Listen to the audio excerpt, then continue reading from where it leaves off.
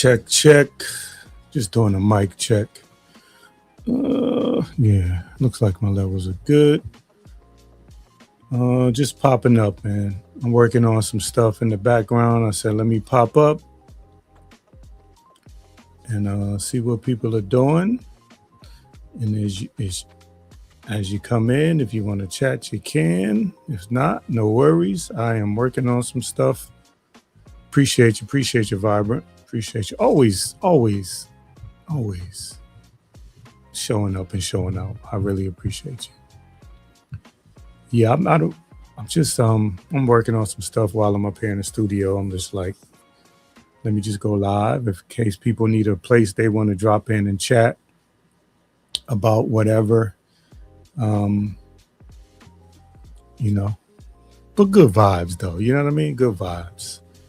And it's a lot of places you can go, a lot of topics going on, and I'm kind of burnt out with all the dysfunction and disagreeing and all that arguing and fighting. I'm a little burnt out, so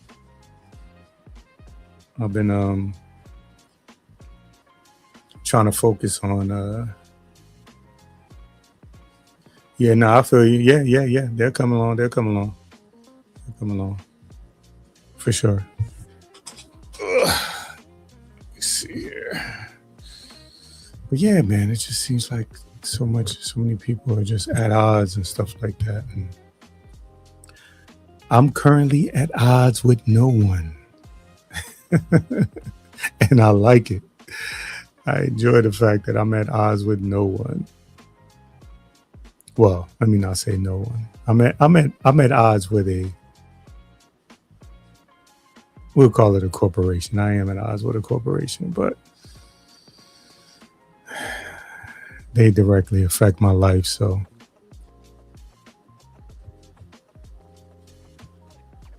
yeah, you know what? Yeah. It's always me versus me, right? You always fussing with yourself. It's always me versus me. So you do have a point there. And that's why it's always good to have people to kind of reel you back in and remind you like, yeah, it ain't that sweet, bro. Stop acting like it's that sweet. Appreciate you. Vibrant, are you ever gonna create content?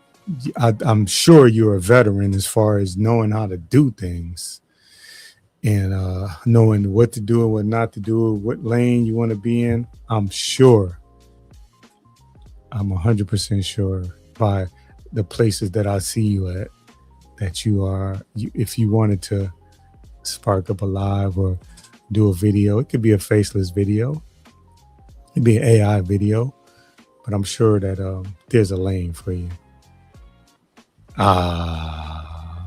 Stop it. With the channels that you sub to and the channels that you mod in, I'm sure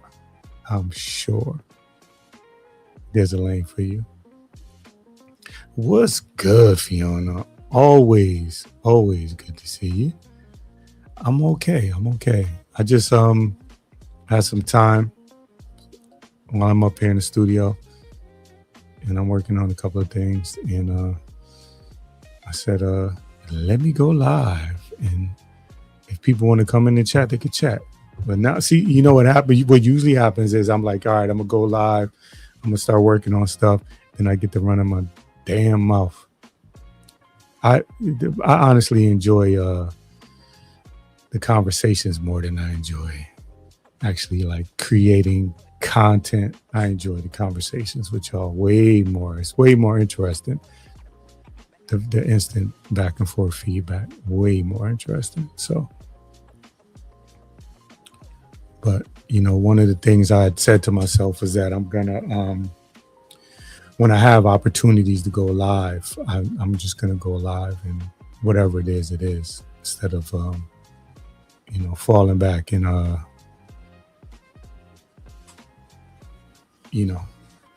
So yeah, man. Fiona's life a, a name couldn't be more appropriate. You know what I'm saying? When you the word life in your name, you are living life. I mean, damn. And inspire me to, you know, smell the roses, notice all the different things on my walks. Oh yeah, no, I'm definitely exercising. I'm exercising 6 days a week. Sunday's my day off, which is tomorrow.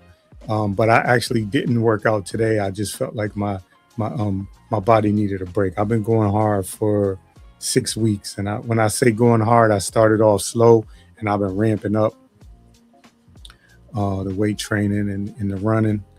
And today, I spent the day like cleaning and stuff like that. I still built up a sweat, but I didn't go to the gym today. But yeah, I'm 6 days a week, Fiona, for real, for real, for real. I'm 6 days a week. Oh yeah, yeah. If you in NYC, for sure, for sure. I don't like New York. I don't like New York. Let me say that. But yeah, uh, definitely, definitely. And I'll even go vegan for that particular day.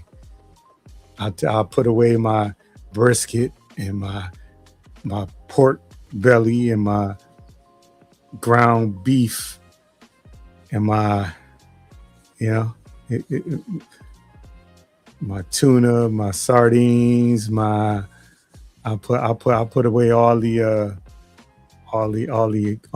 carnivore stuff, and I'll have a nice vegan meal. And my daughter's vegan, so I know there's some delicious meals when I go eat with her and her husband. Yeah, or when they if they give me send like a dessert or something like that. Yeah, it's definitely good. So, but I definitely will do some vegan, something vegan. Cause I don't want to have you smelling animal carcasses. So I don't have a bike, so now you're gonna make me get a bike. Yeah, I mean if you find so, well, I'd say that if I don't have a bike, we could definitely do the vegan meal. But if by that time I have a bike, yeah. But it'll be up to you to find the like the bike trails and all that stuff like that, the places to ride. I know I got some New York subscribers here, so they can probably tell us where the best places to ride is. Um, but not on the street like New York, like the people they ride the bikes within traffic, and they in and out of traffic, and it's like a nice dangerous dance that they doing out there in New York with the bike riders and the vehicles. So you cycle on the street. Okay. All right, all right, all right, all right. Yeah, I don't know if I'll be cycling on the streets of New York. I know it seems like in the times that I'm there, I don't see like a lot of accidents with the cyclists, but yeah, I don't know if I haven't ridden a bike in a while. I don't know um, if I'll feel like comfortable. Yeah, but not necessarily because I wouldn't want to do like off roading. I would want to do something safe, like come on. I'm not a I haven't ridden a bike, ridden, road, whatever. I haven't done that. It's been, I mean, on a longer than you know 5-10 minutes. Uh, I haven't done that on a bike in years, so it would have to be. It wouldn't be no off road. I don't trust my bike riding skills enough off road to do that. Yeah, laugh if you want, but yeah, no, for sure, for sure. Yeah, no, I'm 45 minutes from New York. I mean, Connecticut is right there next to New York, but Bridgeport is probably like, you know, after you get into like Greenwich, which is, I believe, that's the first think that's the first town over from NYC, and then Greenwich, Stanford, Norwalk, Westport, Fairfield, Bridgeport. Yeah, about 45. About 45. What's good, Seven? What's good? I appreciate you for stopping in. I know that you're doing your thing out there in the UK, and it might be a little early. Let's see, what is it? It's 9. What's the time difference? 5 hours, Divine? It's 5 hours. It's might be 2. So you might just be getting to the point where okay, 2:11, so it's 5 hours difference. So you might just be thinking about turning it in for the night, but as you walk to the door, your friends be like, "Nah, this night ain't over yet," and you turn back around. So I don't think you're going home quite yet. What say you? What say you?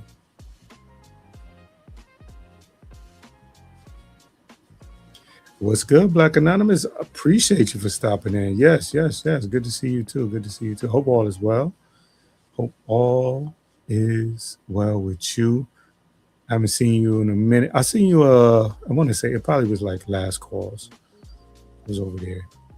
I haven't been over to KKC's or Lennon's in a minute, so that's normally where I see you at, either last call or the partners, but they haven't you know what? I'm gonna email the homies, because I know I was asking about them, but what better way than to reach out to them and see how they doing. Just reminding me,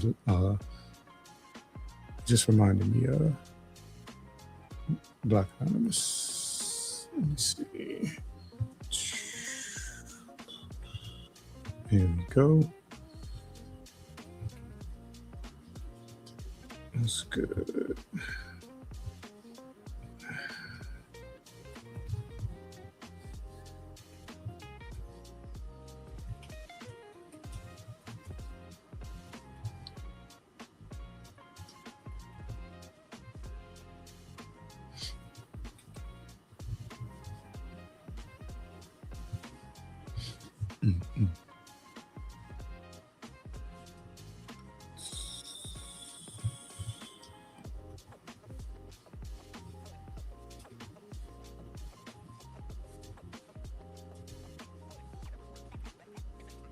Why is this?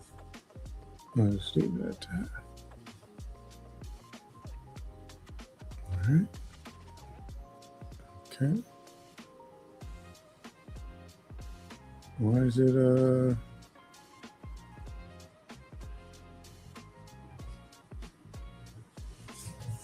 right.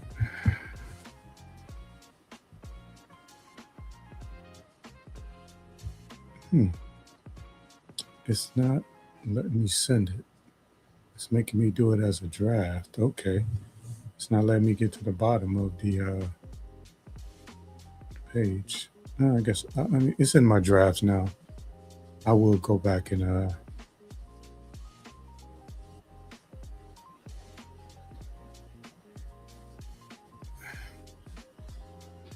what's good, Rick? Appreciate you for stopping in, man. Are you home for the night? Okay. So you talking about just stopping through? Then you here. I ain't got nothing for you though. Anyway, I'm just popping up, giving us good vibes, and while I'm working on some stuff, and hopefully you doing all right. I know you're doing all right because you're talking. Hold on, my son is calling me.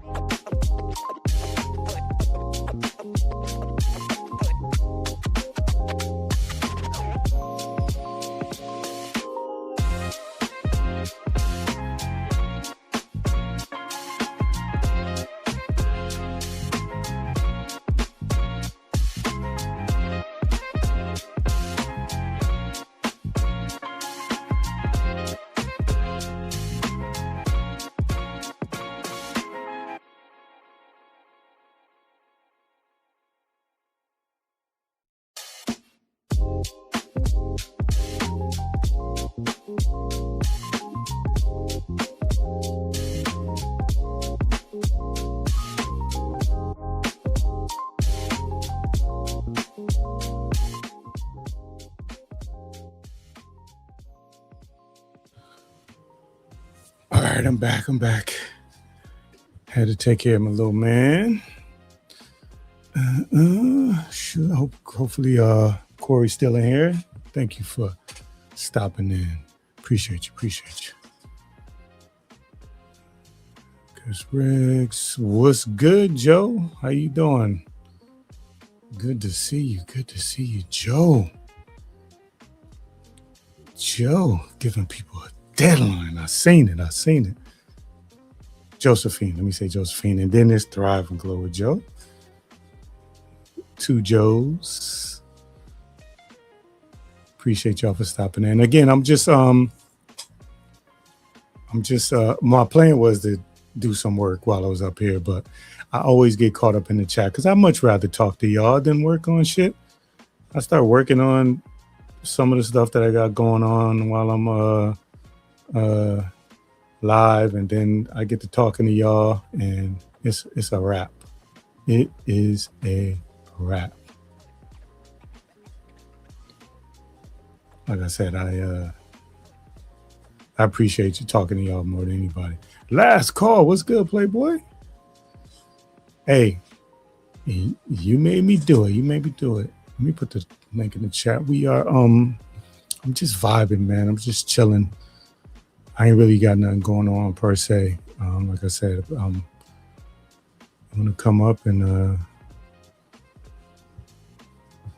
chat some positive vibes.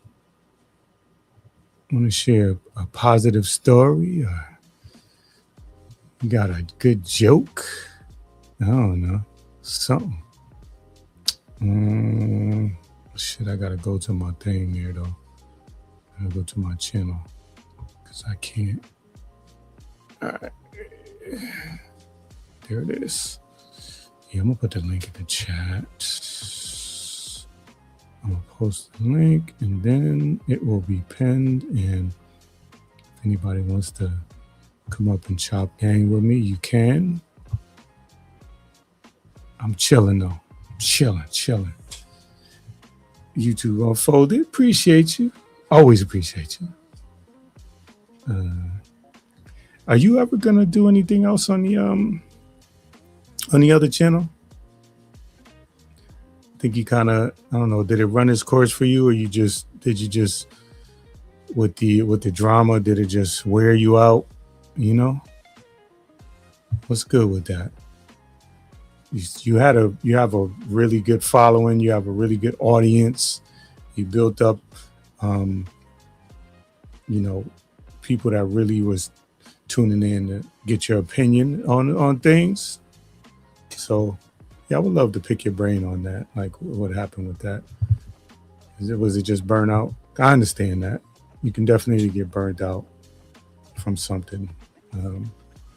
That's why I really can't niche down my page. I can't. I like too many things.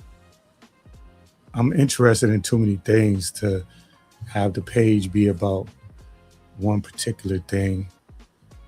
It's just too much stuff to talk about. And they say to like add another channel or whatever, if for everything you're doing.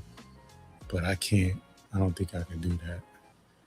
What's good, TMK? Dr. Bombay. Appreciate you, bro. I'm good. Hey, man, I ain't seen you in a minute.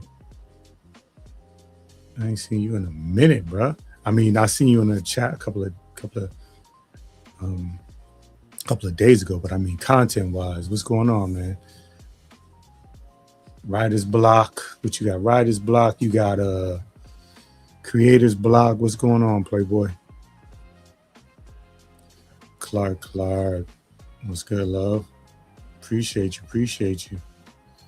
Yeah, me and Fiona was talking about New York, hanging out in New York, and trying to figure out some good places to ride bikes. Now she's saying she rides bikes on the street. When I go in New York, I can't see myself riding no bike on the street. So the question is paths, good safe paths for a brother who is slightly up there in age, who hasn't ridden a bike, whatever, since it's been about 10-15 years since I rode a bike, and longer than 10-15 minutes. Where would you suggest somebody like me? Listen, I know they have bike lanes, but for somebody like me that's not confident, I'm afraid. Let me just say that I'm afraid to ride a bike on New York streets. I see how y'all get down. Like when I'm driving in New York, I get more aggressive than I am in Connecticut because there's more space, it's less traffic, the drivers are less aggressive. But you know, I see how the people got to drive in New York, how to ride their bikes in New York, and I'm like, I think to myself, I could never do that. So the homie, man, listen, I'm saying, Fiona was asking me if I'm working out. I'm in the gym 6 days a week. Sunday is my day off. I actually did take a day off today. You know, sometimes you gotta just listen to your body. I've been going hard for like the last 6 weeks, 6 days a week, with Sunday being my off day. Monday's chest, triceps. Tuesday is lower body completely. Wednesday, back, biceps. Thursday, chest, triceps, shoulders. Friday, lower body. Saturday, back, biceps, shoulders. So, and then Sunday, rest. That's what I'm on right now. I've been doing it for about 6 weeks. I don't know what you on right now, SBK. I just see that, you know what I'm saying? You just show up with the traps and the arms and the, you know. And I'm like, yeah, let me stay in the gym. Got to get out to Texas one day and get a session in. You know what I mean? Oh yeah, no, I'm good. I'm this is a lifestyle for me. I'm in the groove right now. And you know, the 53-year-old me is working out for the 63-year-old me, and so on and so forth. So that's the way I look at it. Always good to ride in bike groups. Okay, well, I just, like I said, when I'm in New York and I see how traffic moves, bikes and cars, I'm like, mhm. Okay, cool. You dropping an upload or you going live? Okay, Bombay. You going live or you dropping a song? And I should say that you do drop uploads. It's just I personally like when you get on the mic and you talk your shit. You know, when you know what I mean? When you get in your bag, every now and then the unks got to do that. You know what I'm saying? Every now and then the unks got to get up there and talk their shit.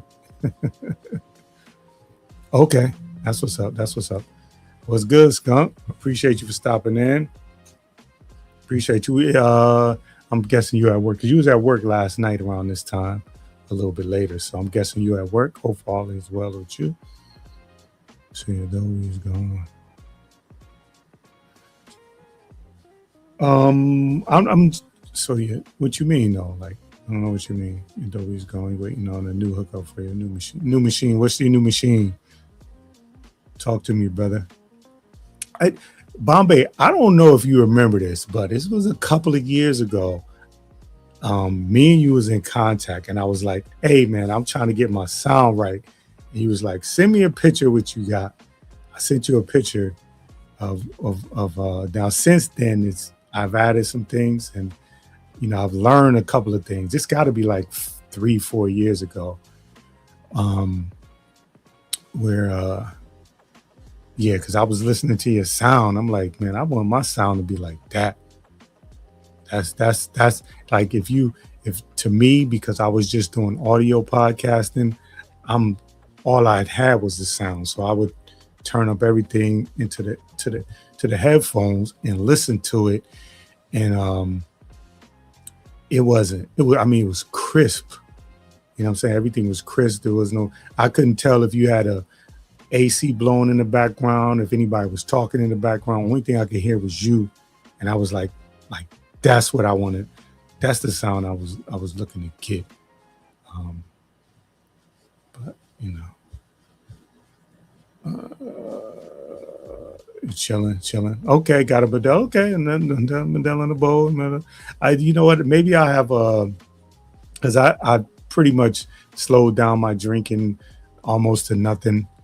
Um, you know, maybe I'll have a drink on you tonight. Maybe Elevated. Appreciate you for stopping in, bruh. Now, Elevated, he started doing something cool, which was for the smaller content creators. Now, and keep in mind, this is after, I believe this is after he got monetized, where he didn't have to do this.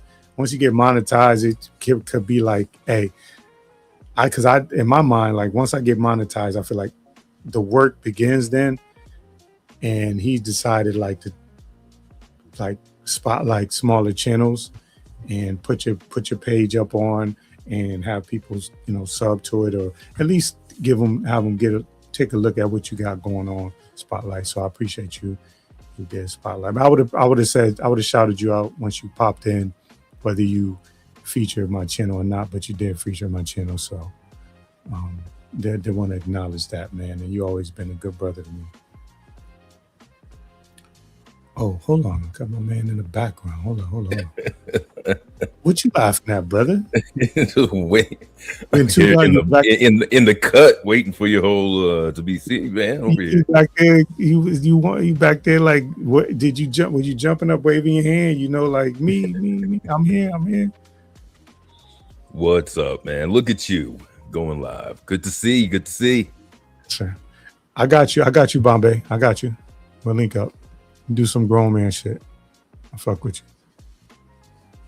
All right. Skunk saying what's up. Hey, what's going on, man? What you got going on tonight, man? Chilling. Glad. Were you on for a while? Looks like you were on for longer than I even got a notice for. Or I should say, even notice.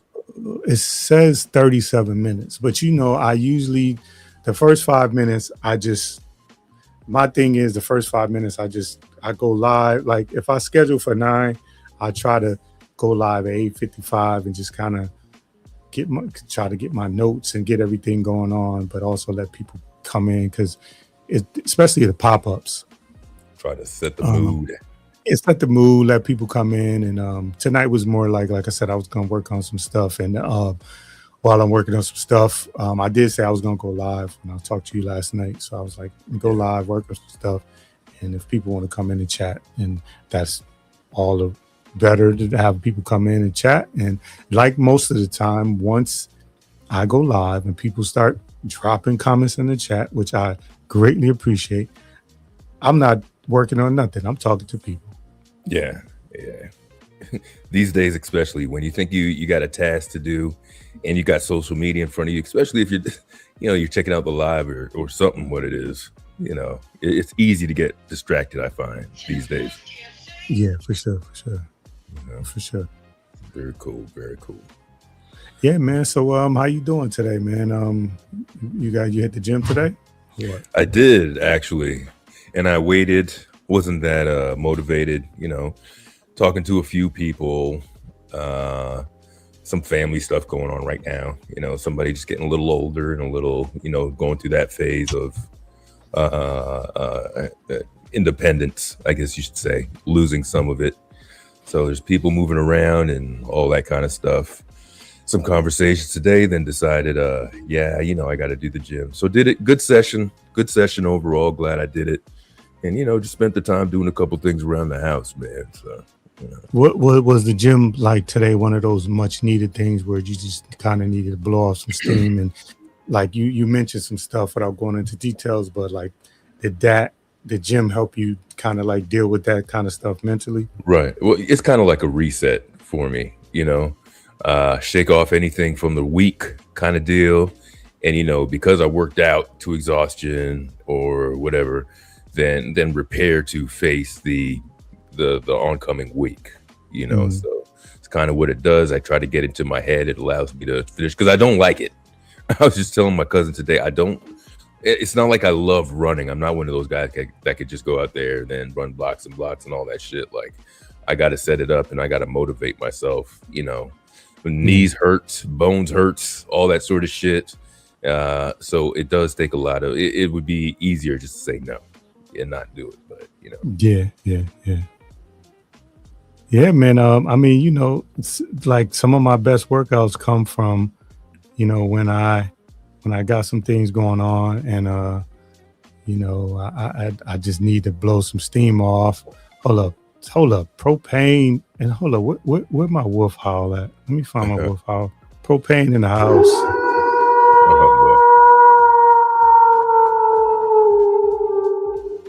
I gotta give him the howl because I don't see him much in my chat. So I want to acknowledge propane in the house. I think you went on a lot more frequently back in the day. I remember. Who's that? Pro? Yeah. You got to catch Pro at Pro is kind of like Spot'em. It's like 11:13 p.m. It ain't no, you know what I'm saying? Pro is just like, hey, I'm going live. Right. I don't give a shit what y'all doing. I'm going live. Oh, okay. If you come in, you come in. If you don't, you don't. I ain't telling you I'm going live. And I'm gonna come in and it's usually a good vibe. A mixture of music, some shit talking, a lot of laughter. That's where you guys got me back into the so-called sector. A lot of laughter. Moving around. Remember that? And then Propane was like, we know you, man. I was like, you don't really know me because I'm not here. He's like, we know you, man. And then stuck around, man. Yeah. And so let me just because Joe in the she would not be ignored. And we talk about working out. She talking about she ran to the kitchen today. She better. She did some chicken wing bicep curls. and some French fry dips. I believe it. Oh shit. Fucking Joe. Mickey D's gym. Yeah. That is funny. Yeah, it's tough, Everybody I'm talking to, around my age too, they're all like, I changed my routine like once. I know I'm not one of these morning workout guys. I don't know if you could do that. I know you do different hours and stuff, but I can't just wake up. I can't do before work sort of shit. So I kind of admire those dudes that could go out there and fucking work out like for real, even if it's like on the bike or whatever it is, just bust a sweat and then you get ready for work. I'm like, that is a special kind of discipline. No, I could do that depending on the day. A lot of what goes on for me is just my schedule. Like if I like during the summer now, like I pick up my son from camp at like 3:00, but I get off at 8 a.m. So you know what I'm saying? It's like right. It's a little different for you. Yeah, if I go to sleep and I don't get proper sleep, then I will when I pick him up, I have him for like 4 from like 3 to 6 or 7, take me a 2-hour nap, get up at 9, then I will go to the gym right before work. But it depends on the day. Some days I'm like, you know what, as soon as I get off work, I'm gonna knock the workout out. I don't have a set schedule per se. I just know going into that day where my opportunities are, and then I'll take advantage of them. But yeah, I don't have a set schedule. Okay, I got you. Joe saying she don't eat at McDonald's. Sure. She Buc-ee's. You don't eat that McRib. You know that. She had that Buc-ee's. Well, they seem to grill a lot over there on her street. So yeah. They pop grill over there, man. A lot of meat going around. A lot of meat, a lot of grilling. There you go. A lot of meat.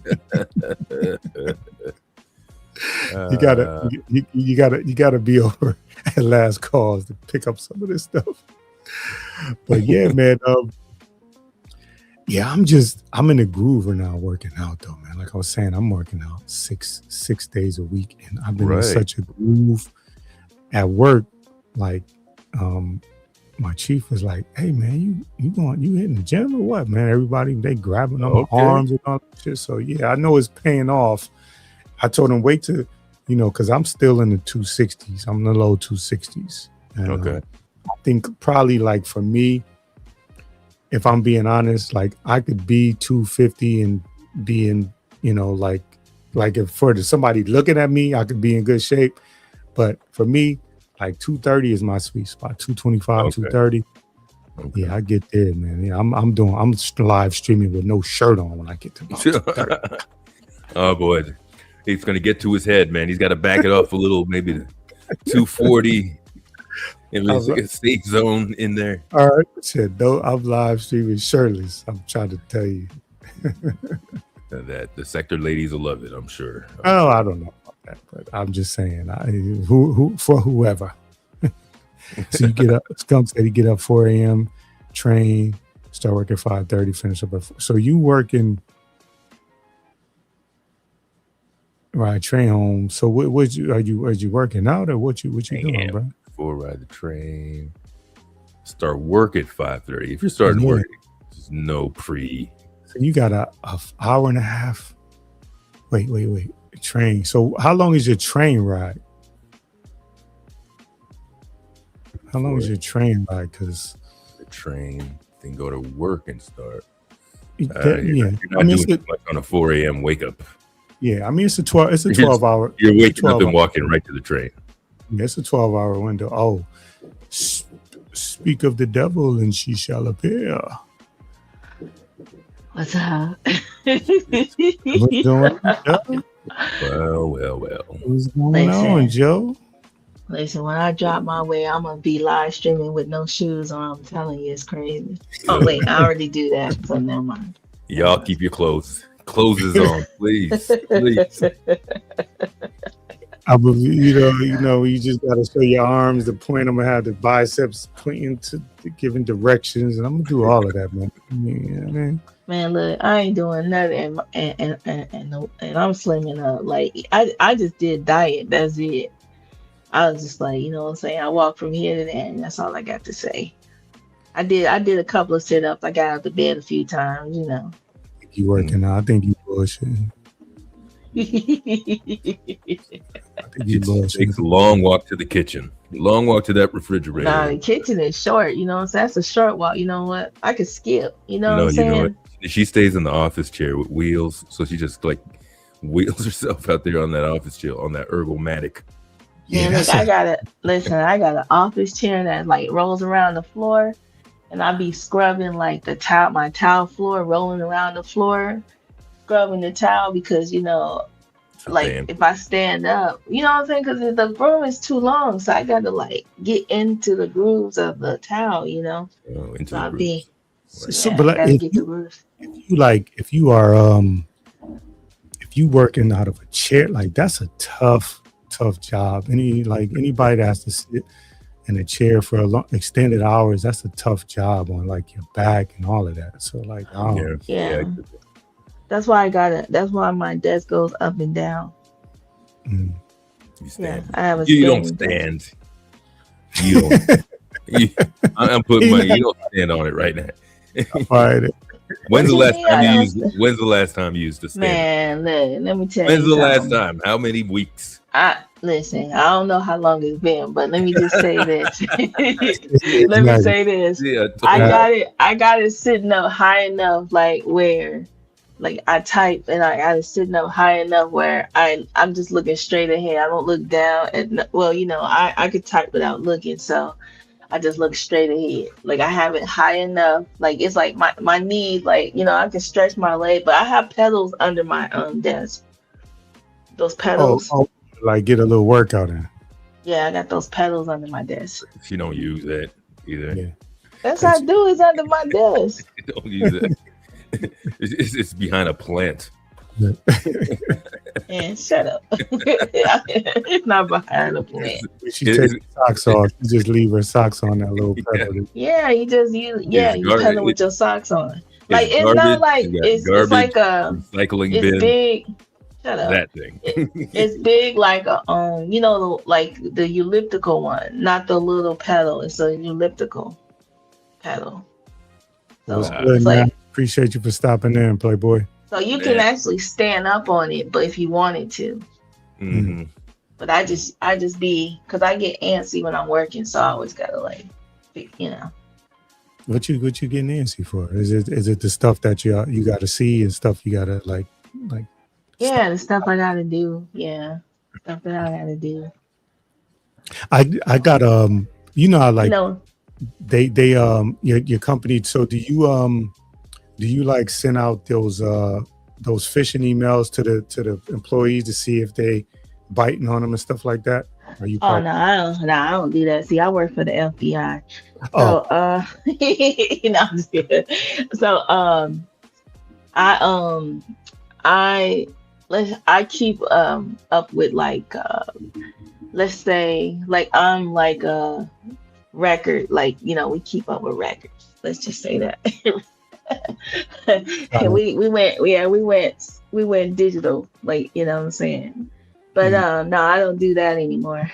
I mhm. moved around. So but Okay. yeah, it's government, but it's like yeah, you Oh, know. look at that. That's why I say, I work for the CIA or the Yeah. FBI or something like that. Oh, we got another guest. Hold on. Counselor? Counselor? Could you be there?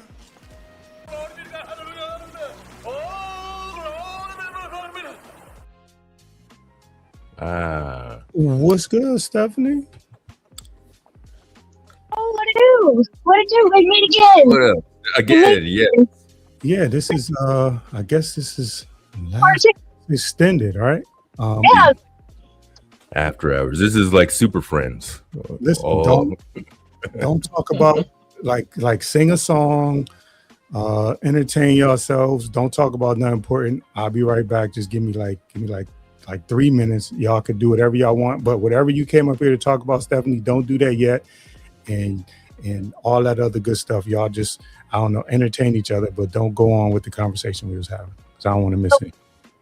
This is do it, my Steph. show now. Come This is on. my show. So let me tap dance. No, I'm just Talk kidding. about it, Stephanie. Talk about it.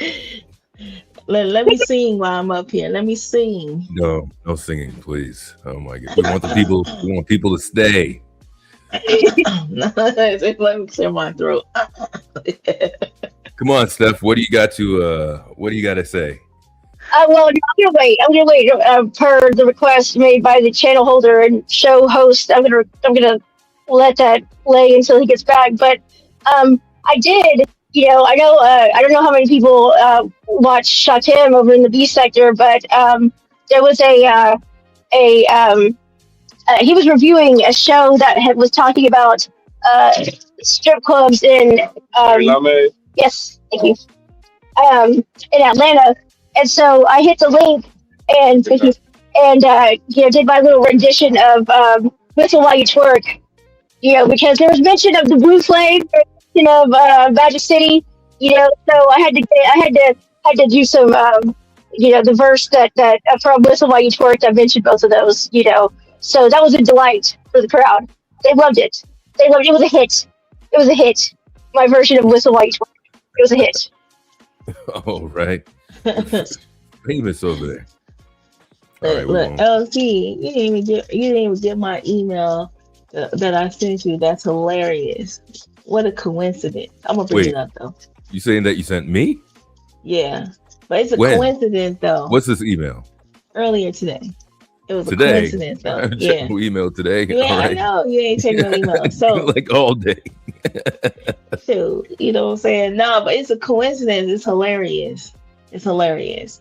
I didn't know my sibling knew that guy, but he does. All right, let me see. Yeah. Oh, I know what you're talking about. All Yeah. He know that guy. Actually, it was a Cranes. He blocked him. So, they knew each other, but before he became a conservative, they was going back and forth. And so he got pissed. My brother got pissed off at him and blocked him. Gotcha.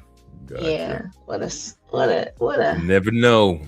All under your it's nose. a small man. world. You know what I'm saying? Small world. Tay-Bay.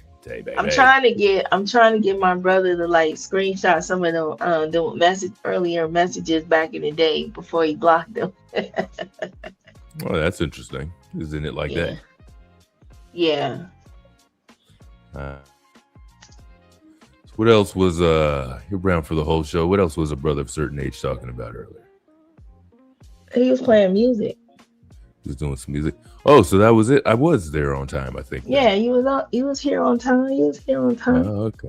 But this is our show now. This ain't a brother of a certain age show. This is ours. He's getting demoted. Let's keep them demoted to soundboard over there. This is such a nice... but I was eating some chicken wings today, and it was delicious.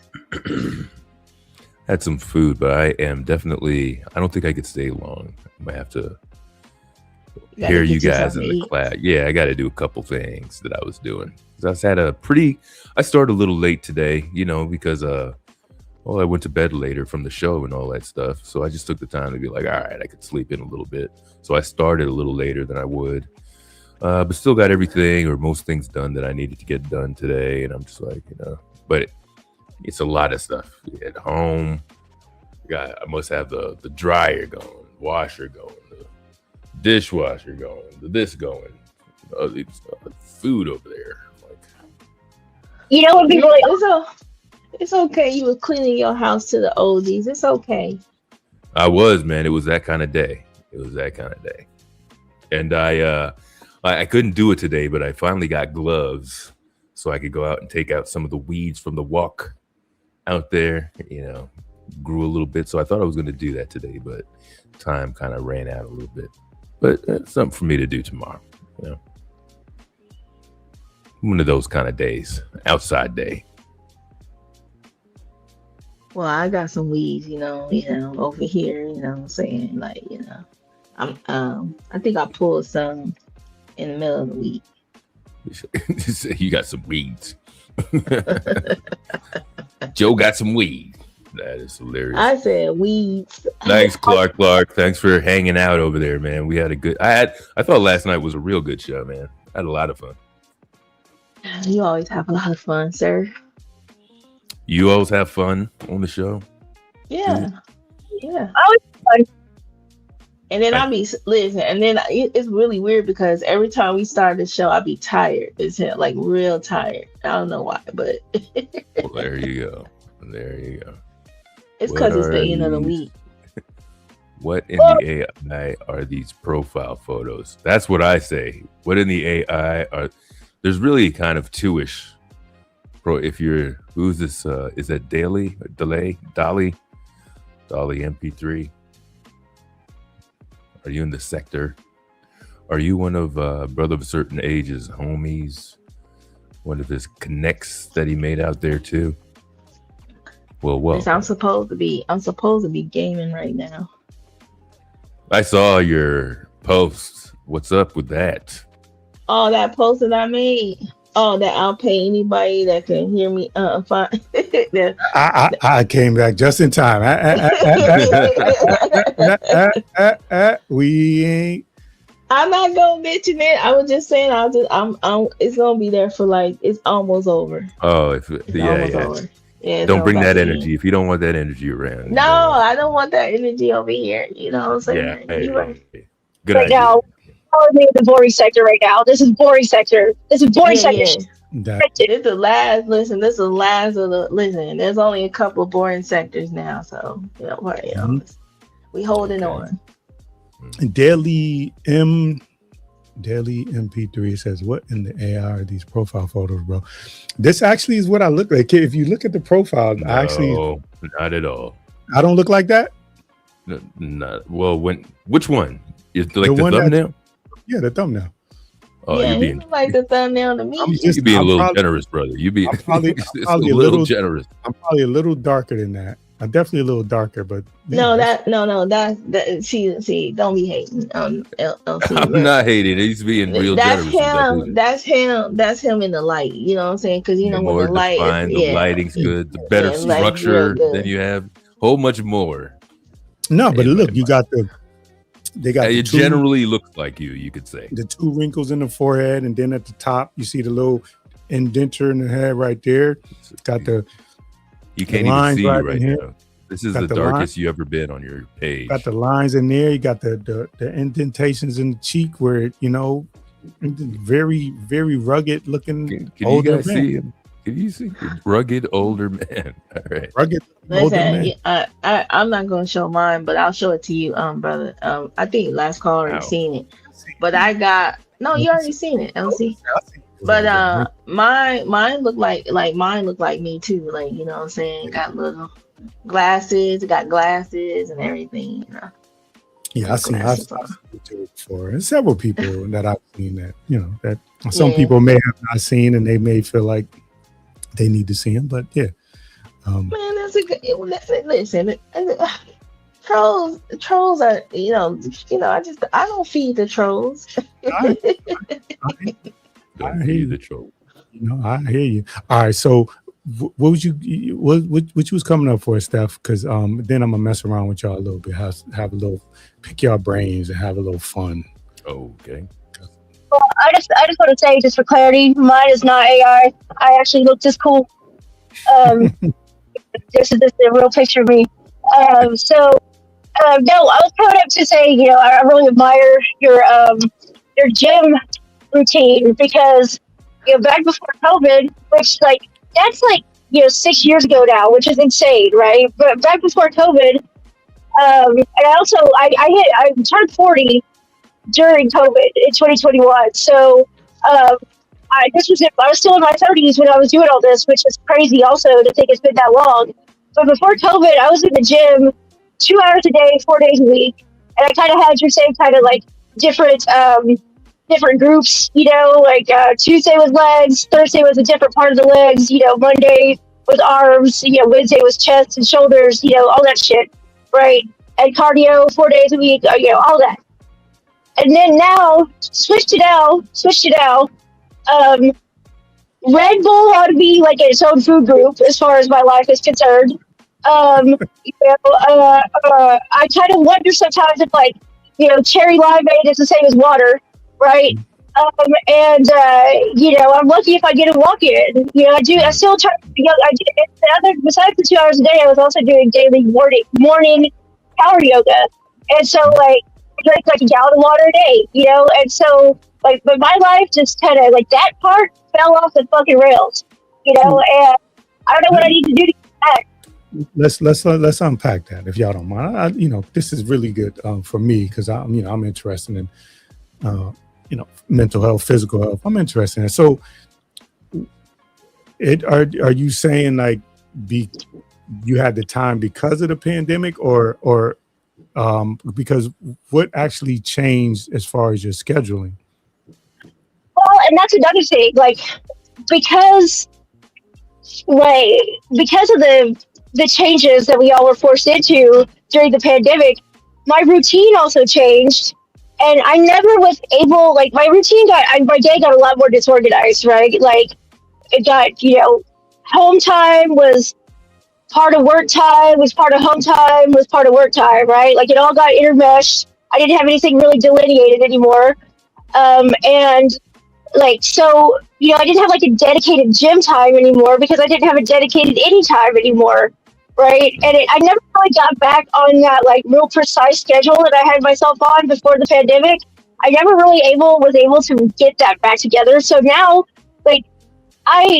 sometimes I sleep at my desk because I'm working I'm basically constantly working, constantly going because I don't really have my days set up until work time and everything else time, and so I don't have, and I stopped going to the gym because of the pandemic when the gym shut down, right? And I just never went back. Okay, so what's stopping you from doing some air squats and some push-ups? And sometimes there are some days when I do that, I do body weight stuff, but it's only maybe I can make it for 10 minutes now, which is insane considering. That's insane. Because I press 100 pounds. I used to be able to do chin-ups and shit, pull-ups. And now I can barely 10 minutes of cardio Pilates. I mean, it's. I look at myself and I'm I'm also 45 now. I'll be 46 in 6 months. So but I don't know how much I can really blame turning 40, right? No, you can't. You can't. So for me, because there may be a time where I'm responding to somebody with severe chest pains on the 3rd floor and the elevator's not working, or the 4th floor and the elevators. I was for me, there's incentive for me to be at least somewhat a lot of it is functional. I started off doing just functional things, just a walk, just some stairs, getting my heart rate up just, among, and also with the training, like we do like, like academy level training and things like that. So, it started off like that, just a walk with a weighted, like a 20-pound weighted vest, walk for 10 minutes. And for a week, the next week you make it 20 minutes, if it matters to you at all, you know what I'm saying? Yeah. Just start at baby steps. I know, like cause I'm nowhere near as strong. So just like full transparency, I used to go in the gym. I've done CrossFit, I've done Krav Maga, I've done ground fighting, Brazilian Jiu-Jitsu. So I've done different kind of training and stuff like that. And I was a lot more flexible, a lot stronger. But when I stopped doing it, and I picked up other habits, and whether it be eating or drinking or just sitting around, when I got back into the gym, it seemed impossible to like do some of the things. But just start off with just walking 10 to 20 minutes a day. It's two things it does for you. It gets you moving, gets your heart rate elevated, but also, outside, it gets you out in the sun. I know Texas heat is a little different than other heat, but it gets you outside and vitamin D. Are you taking supplements? What about your eating? Because there's a lot of it's eating as well. Like, terrible.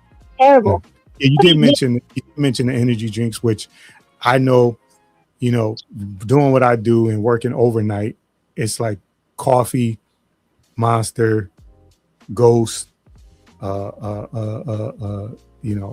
those things, and have become a staple. And I had to try to figure out different ways to do it, because you literally, sometimes you don't feel like you have any energy until you get that Red Bull, and it's like, you look forward to that Red Bull. So it is baby steps though, Steph. You can take baby steps. You can leave all them artificial sweeteners alone. Look at you, brother. Well, yeah, exactly. Again, I had a couple of calls where I had to go up a couple of flights of stairs, and the radio transmission is important, and I can't even talk because I'm out of breath. I hear you. That's rough when you're at work. I totally hear that though, but it's even worse when you're at work. Yeah, you get upstairs and it's like, all right, I can't even make this call because. All right, we got a woman. Yeah. Yeah. And so like, it just like I started doing functional training, things that help me with work first, and then adding to that to kind of round off. I are laughing about it, but the being on the radio during those calls, because I read those reports. I read the CAD. Well, we call them CAD here, CAD. And reading those reports, like you can look at those reports and tell exactly how things played out, because like the radio's on and people are telling dispatch, like, okay, I'm here, get people here, do this, do that. That is critical to those calls. And so I completely get, like, you gotta be able to talk. You gotta be able to talk. Yeah. Yeah. And the way you come across on the radio determines a lot of things, because people are listening to you. People are hearing what you're saying. Other people responding. They're listening to what you got going on. So, part of it is, and I listen, we're human. So, there's a human element to it, but the parts that I can control is what I'm talking about. Like I can control, like whether I get up and do a half-hour walk, or do the Stairmaster to simulate walking up 10 flights of stairs. Like I can do that, and then I could just do that and get out of the gym. I don't even have to I don't have to go for 2 hours. I can go and like walk 10 flights of stairs and then leave the gym and do that every day to simulate. That's not gonna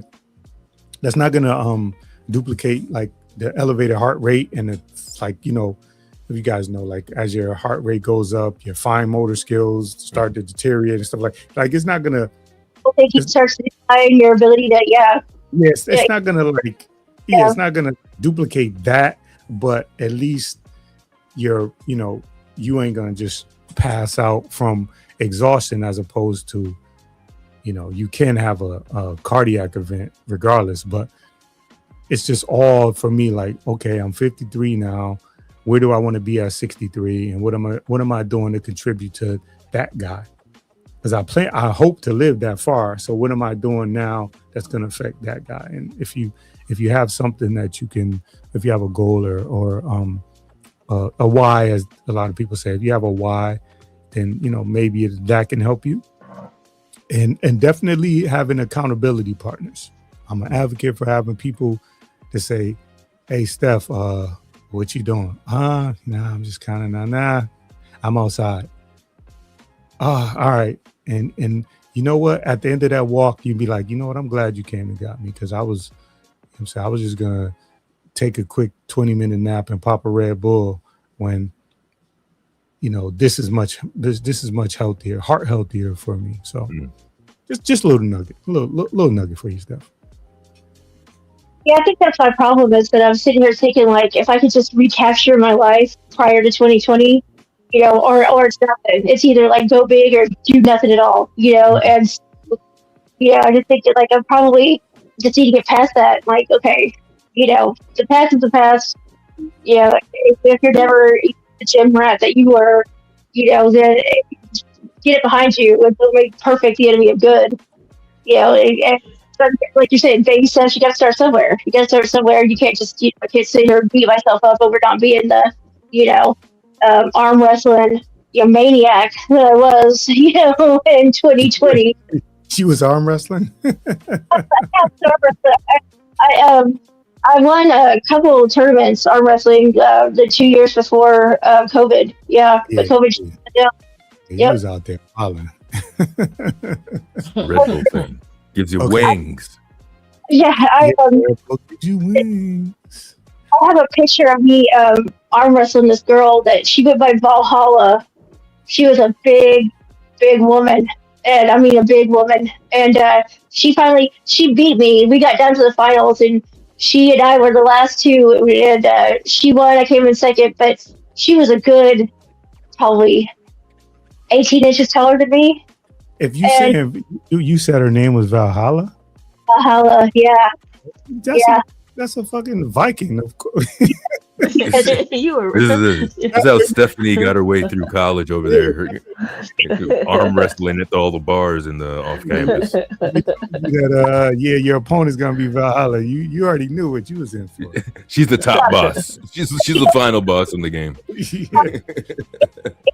We were at a standstill for so long. Like it was like so long as far as arm wrestling is concerned, but we were like at a halt, like couldn't move each other for like, I'd say probably 30 seconds. Like we weren't going anywhere. And finally I was like, you know what? I'm not saying this just to like, feel like a cool guy, but I actually talk your shit, Steph. Don't be talk your shit. I basically was like, I could keep this going and possibly get my wrist broken. Is that worth it? Worth it. Because it was to the point where I was starting to feel like my wrist started to get really, really like, it's like, you know what? If she bends me the wrong way, this is not going to be good. So, like I can't risk getting fatigued to the point where my wrist is going to snap back. And so, like, so it's like, okay, I'm taking it over the top enough. Like we're good. Over the Top. It was a great cheesy arm wrestling movie, by the way. Over the Top. Over the Top. Yeah. There's a top backwards. Oh yeah. He arm wrestles for his kid. Listen, the only thing I'm arm wrestling with is a washcloth. You know what I'm saying? When I'm taking a shower, that's the only thing. I was gonna say, yeah, Joe, be careful now. We know you like to. I'm just wrestling. Yeah. Joe wrestles. You know what I'm saying? Yeah, I'm a harasser. Don't worry about it. Yeah, I bet you arm wrestle. Look, I leg wrestle. There's a difference. Talk about before I get to Clark's comment. Talk about it. She crushes you with her legs like a 007 character. That's her weapon of choice. Leg crusher. Golden legs. Clark, it's like caffeine and has stimulants in it, and it gives you like a rush. That's all it is. Yeah, but it has it. There's a crash. I'm not telling anybody that they should do it, but I'm telling you that I'm a little older than a lot of people that may listen here or there, but people that are my age. We used to have no-dose pills back in the days. I remember. Yeah, I remember that. Yeah. So it's kind of like no-dose. I used to take a no-dose and a Jolt Cola. Remember Jolt? Yeah. Like to do what? What were you? I used to work from 4 p.m. to like 4 a.m. in the morning. Damn. On Thursday and Friday nights at this. I was working in I was a 4-color film layout and design. I worked in 4-color film layout and design. And on Thursday and Friday night is when we did like the major newspapers and magazines. So we would work like a regular shift, and then around 9-10 o'clock, all the new corrections of the pages. The corrections basically like the price changes and My brother had a buzz going in, yo. And yeah, we be pounding coffee all night. Get you a no-dose and a Jolt Cola because you had to be up to 4 in the morning. And I was 19, 20 years old doing this shit because I was just looking at everybody around me, and they're like, like it's like a drug commercial. Like, hey man, take this. This will get you through. It's like the first couple of times I'm like, nah, but then it got to the point because my job, 4-color film layout and design is back in the days, it was film negatives with an X-Acto knife and red tape and people do that, and looking through a loop. So you had to be focused. You had to, you know what I'm saying, in each color, you had to line up each color, before the computers came out and you could just line up everything on a computer. We had to do that manually. So, you just had to fly you had to be energetic and I just kind of just did what everybody else was doing. I wouldn't advise anybody to do it, but it was just, at the time, that's just kind of what the industry was doing. So, yeah. Gotcha. You couldn't even do that now, like kind of layout type work now if you wanted to, right? I mean, I don't think there's any publications that are still doing that, are they? No, you could literally with a click on a computer, like that shit is obsolete. Like there may be like an odd print shop somewhere that's sheet fed press. Y'all know the difference between sheet fed and web? Am I just saying? Not, I don't think so. Okay, sheet fed is like 8.5 by 11 pieces of paper going into a press one by one. Right. And yeah. And web press is like it's a roll of paper that goes in and it just kind of rolls, and you've seen it before, whether you know it is not. Yeah. So like we were still doing sheet fed stuff when I got out of high schools, and now I don't think you can go on a Canva. You don't need to go to a print shop. You can go on Canva. And you remember how long it took you to print just one sheet of paper, typed paper? Absolutely. Because the dot matrix. Remember, it was because it was a dot. Everything was made out of dots. Everything was from color. So it was magenta, yellow, black, and blue. All those are only 4 colors you needed to make all the images you see. But you had to take a picture of the image, and then take the film negative in the dark room, which was all red, feed it through a processor. We had just got past the point where you were putting it in those buckets and letting it, you know what I'm saying? Letting the film develop in a bucket of film developer. It was a processor. You fed it into the processor. Processor came out. You took it and you cut it, like I said, with the X-Acto knife and the red tape on a light table with a loop. And you pieced it together one at a time with your hands, and you lined them up. You lined the colors up individually. So and then you made a plate. Then you put it on a Mylar and you made a plate out of it through the plate machine, and then it went to the press. So you're talking about an hour to get from shooting it to press. Right. Now you can go on Canva and you can make that in 10 minutes. I can make your whole layout and all that within 10 minutes. Mm-hmm. You know what I'm saying? So this is a whole different era. Yeah, remember the printer paper that had the perforated edges with the holes in it? You had to like bend it, fold it and tear it off. The old printers. Yeah. That was back in the day. Man. Something else. You can get it on a regular printer. You can get something collated, which is with paginations. Like, well, I won't get into that, but back then you had to like collate it. You had to take it one page at a time with a hole punch. You know what I'm saying? And make the book like that. Now you can do that on a print machine in seconds. So yeah, I wouldn't be able to unless I continued on when I got laid off years ago and I went into a different industry. It's not even the stuff that I was doing, the stuff that I got trained on. I don't think anybody's doing that right now. Gotcha. All right. I mean to go down that old man stuff. He said old man stuff. Trip down memory lane. That's all right. That's years ago, though. That's 1992. 92 to 96 is when I was doing that kind of work. So you talking about a long time ago. All right, so now you were talking about drinking. Like when I was in like college, I was drinking that Mountain Dew Cold Red. It took me I had to get off of that. Delicious. Absolutely. You talking about delicious Cold Red?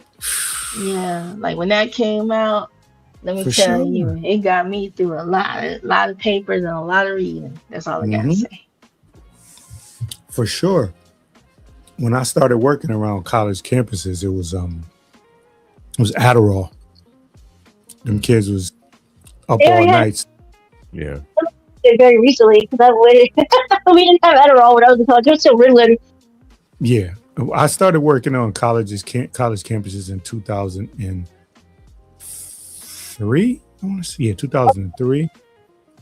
That was right after I don't remember seeing Ritalin on campus at all. So it was Adderall, and when they went out for pleasure, it was ecstasy.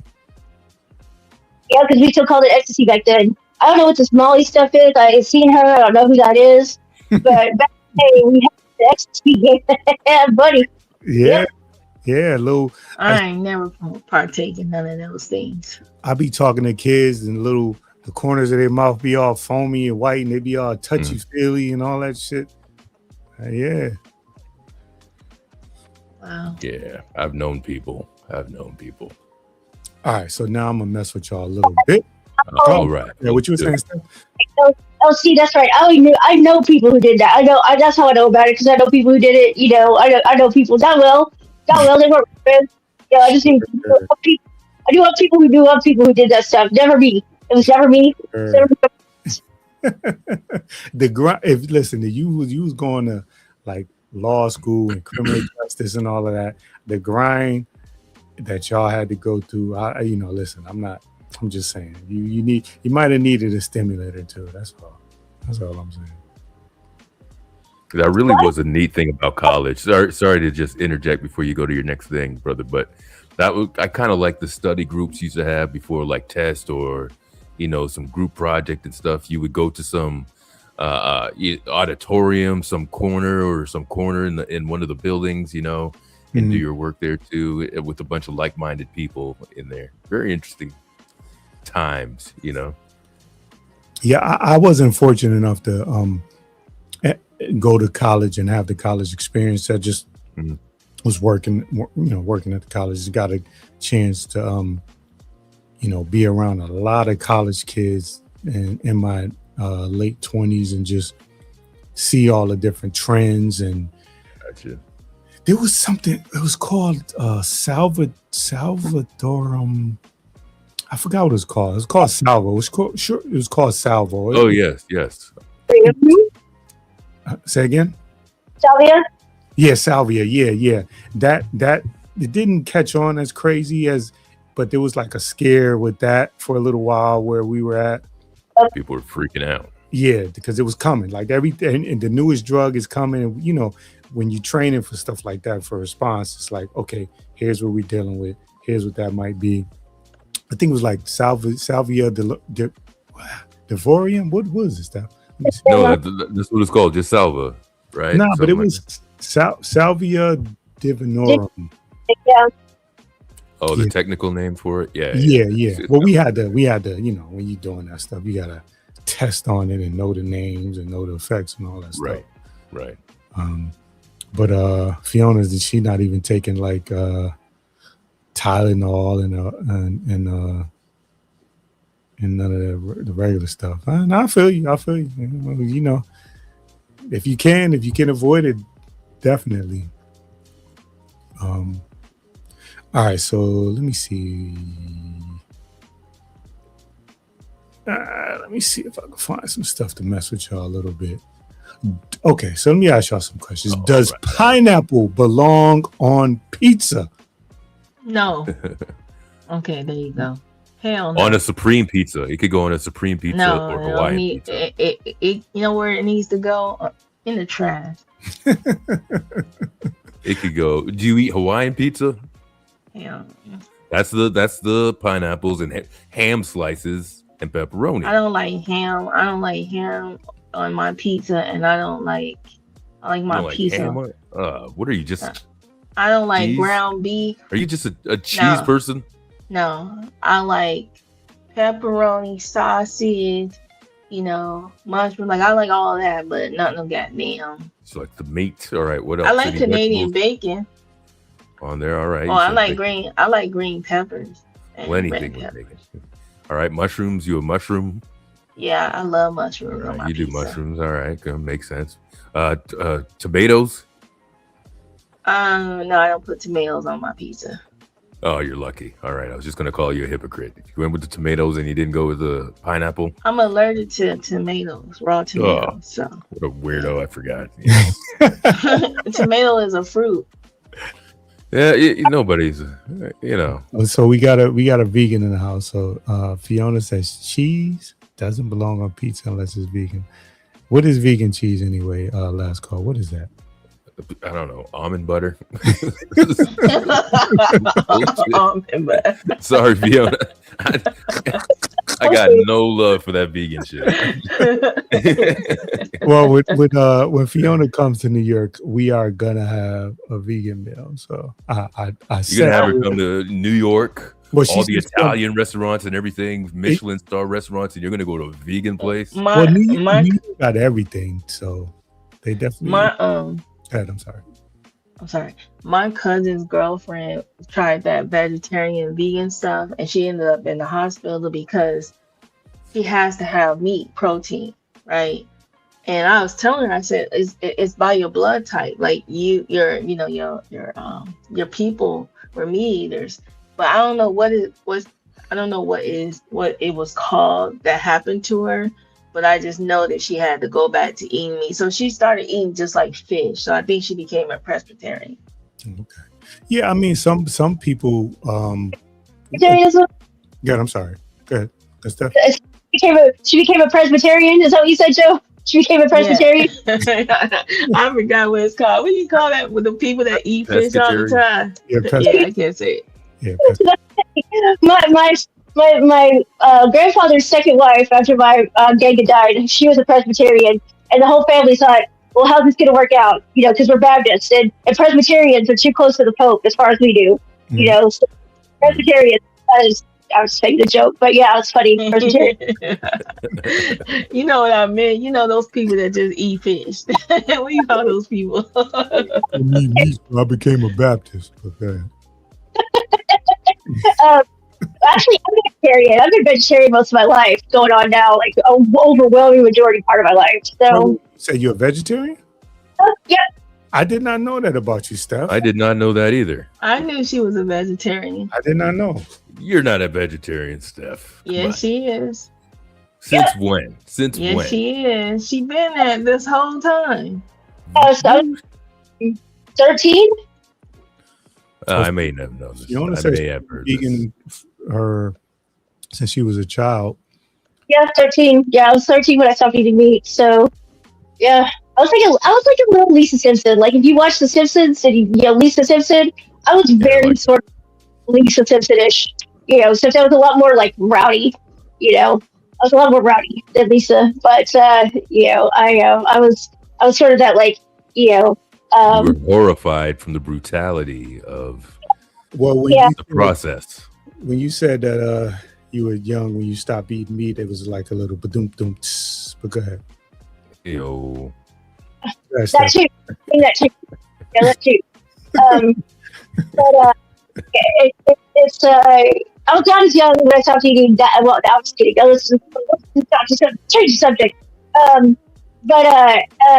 Yeah. So I don't like pineapple on pizza because you know it doesn't go well with the other vegetables. I think if you're gonna have pineapple on pizza, it has to have like a salty sort of like you know, like ham or something like that to go with it, right? Because those two would offset each other. But I mean, like pineapple on a pizza that has like you know mushrooms and stuff on it, that's not gonna work. That flavor balance is not gonna be good.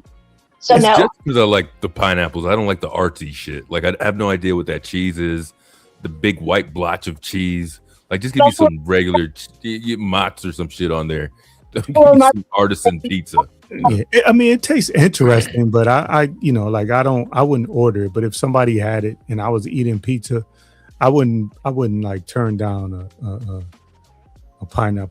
pizza with pineapple on it. But I wouldn't order it though. Yeah, and you know what I hate about this vegan, this movement? What don't make your stuff look like my stuff. Don't make a fake steak or whatever to make it look like a steak. There shouldn't even be burgers in that category to make it that patty, that horrible patty that you guys make, the veggie patty. That you shouldn't even be allowed to eat certain sort of foods because you're imitating, you know, the deal. That's what I say. And I think a lot of people who become vegetarians, like they kind of rely on the like frozen, you know, tofu processed stuff. But I don't actually eat a lot of that. I really, because it's just sort of like, you know, there's not a lot of flavor to it. It's just sort of, it's easy. Like go to my parents' house and they're like, you know, like it's a summer holiday or some shit. They're grilling. Like they give me a black bean burger, you know, a frozen one, because like, you know, I'm not the one cooking, so it's just the easiest. Like everybody's having burgers, so I'm gonna have my little vegetarian burger, you know. But I mean, when I'm like by myself, like I don't really eat a lot of that stuff.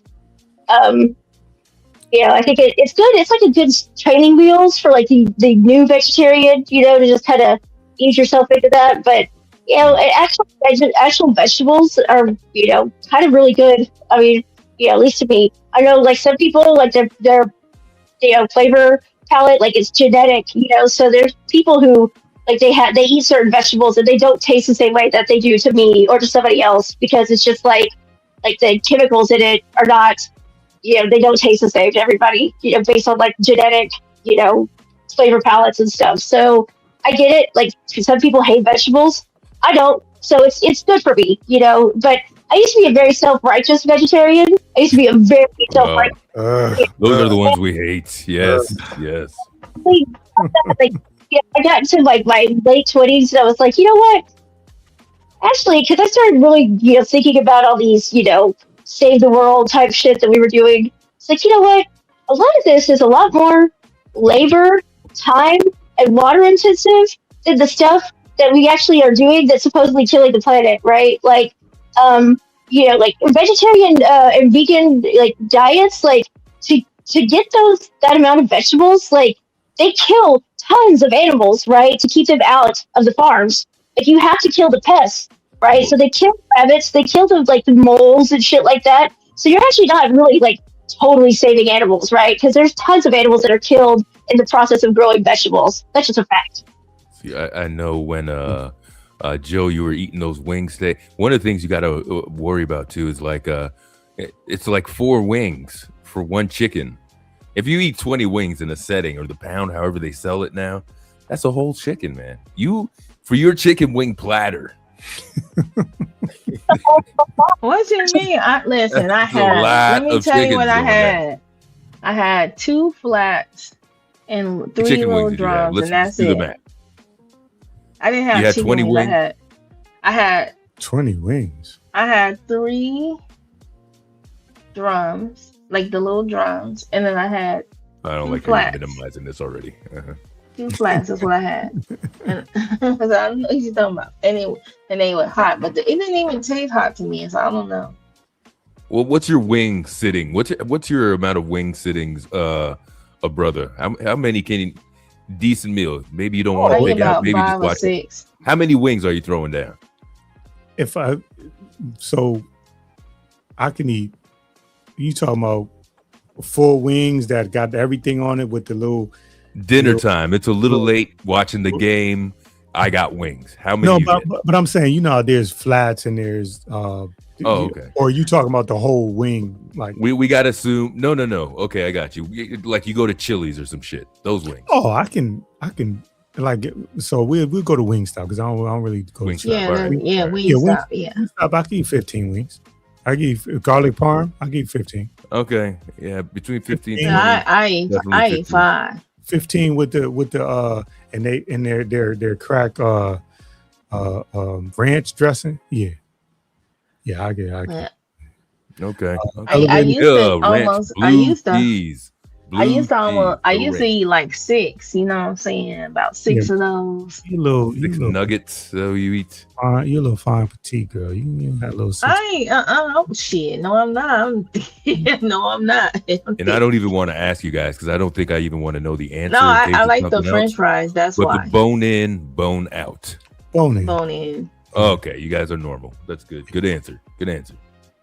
Yeah, so Elevator said pineapples does not go on pizza. On Supreme Pizzas, that's when you order everything on it. It goes there. Fiona, it depends on the day. Because I work overnight, my days off, I go to bed like normal people. So I might go to bed like 10, 11 o'clock at night and wake up 5, 6 in the morning. So in that case, I might eat 3 times that day. But if I have one of those days where I'm working and I work an 8-hour shift or a 16-hour shift, I might eat 5 or 6 times. It depends. But I usually plan my meals out though. I'm just not eating. I'm planning out my meals. And yes, Steph, though? That crack. You got rid of Steph. Nah, she dropped off. Something happened to her. I didn't let her go. Crack dressing. That ranch dressing at Wingstop is I don't know what they got in it, but I got that. I'm a blue cheese person, but I haven't had blue cheese in a while. Blue cheese is where it's at, man. I don't know how these restaurants get away with changing, the real shit. They have the nerve to bring out ranch without even asking you. They do it there. You get shrimps or seafood now. They're not bringing the cocktail sauce, right? They get to do some other shit. You're like, nah, man, not the marinara. Be the other shit.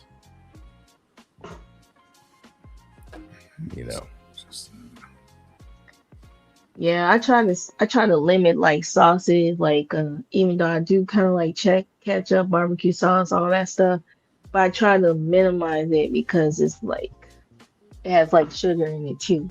Yeah, you gotta be careful with it. I mean, but I got wings that I'm gonna I'm throwing out some Purdue wings that I'm gonna make to home.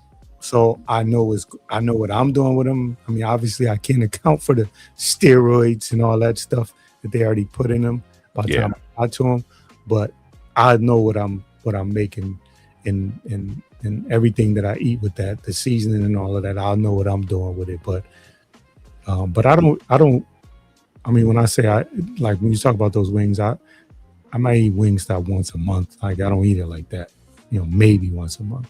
But if I'm gonna eat, I'm not playing with I'm not getting no 3 or 4 wings playing around. I'm getting. No, that's because I eat the French fries. So if I wasn't eating French fries, it'd be different. I might grab 2, 3 fries at the most just to taste them, but I don't really eat fries. I don't eat potatoes. I don't eat rice. I don't eat pasta. I really don't eat any of that stuff. Wow, you're missing some good stuff. Yeah, baked potato is delicious, but baked potato has a high. It's high in sugar too. Like starch. Starch is sugar. Yeah, I used to do the red. You guys, are you morally opposed to eating veal? No, I'm not. morally. No. I like anything. I'm not eating morally. I can't listen, man. I can't eliminate music morally, eliminate movies morally, eliminate food. Like I'm not doing all that. Sorry. Man, All listen, right. listen. I'm ate elk. I'm ate ostrich burger. Like listen, deer. I'm eating all that. Yeah, I can't do the morally. No, I will have a sweet potato, or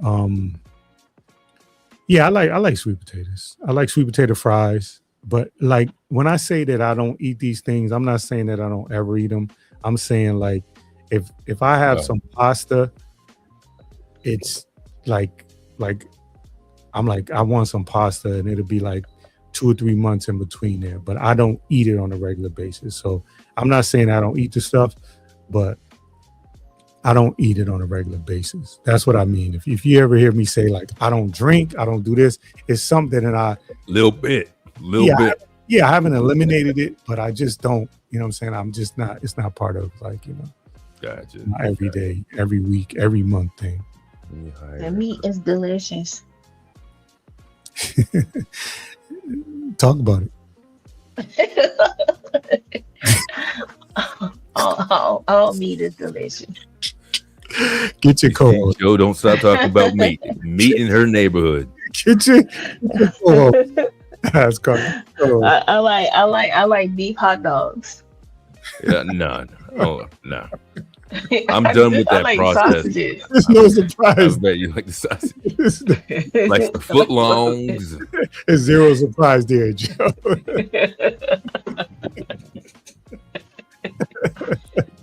Sausage is delicious. That's all I got to say. Yeah, I like corn on the grill too, man. I like sausage patties, not the Oh no, I like sausage patties, and I like sauce. I like the sausages. You just like sausage. Anything sausage. Like Joe likes. Yeah, I like sausages. So what's Skunk saying? Roast sweet potato, bird, and cold, and like I again, like I'll have stuff every now and then, but I don't really. It's when I'm talking about when I say I don't do something. It's like I said, once every month, every 2-3 months, I might have certain things, but I don't.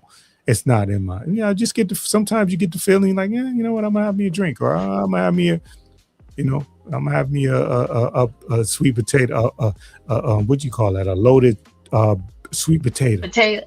Nah, yeah, it gotta be a loaded regular potato. You know what I'm saying, with sour cream, cheese. Like loaded potato. Hell loaded yeah, potato. You got that. Yeah. My bacon on it, real bacon. and if I really like want to do something, I go get me a rotisserie chicken, shred it up a little bit, put it and have it on there too. Oh yeah, we was talking about that 7-Eleven chili with the with the liquid cheese and the fries and just you can't. Yeah, I stay away from a lot of that stuff now.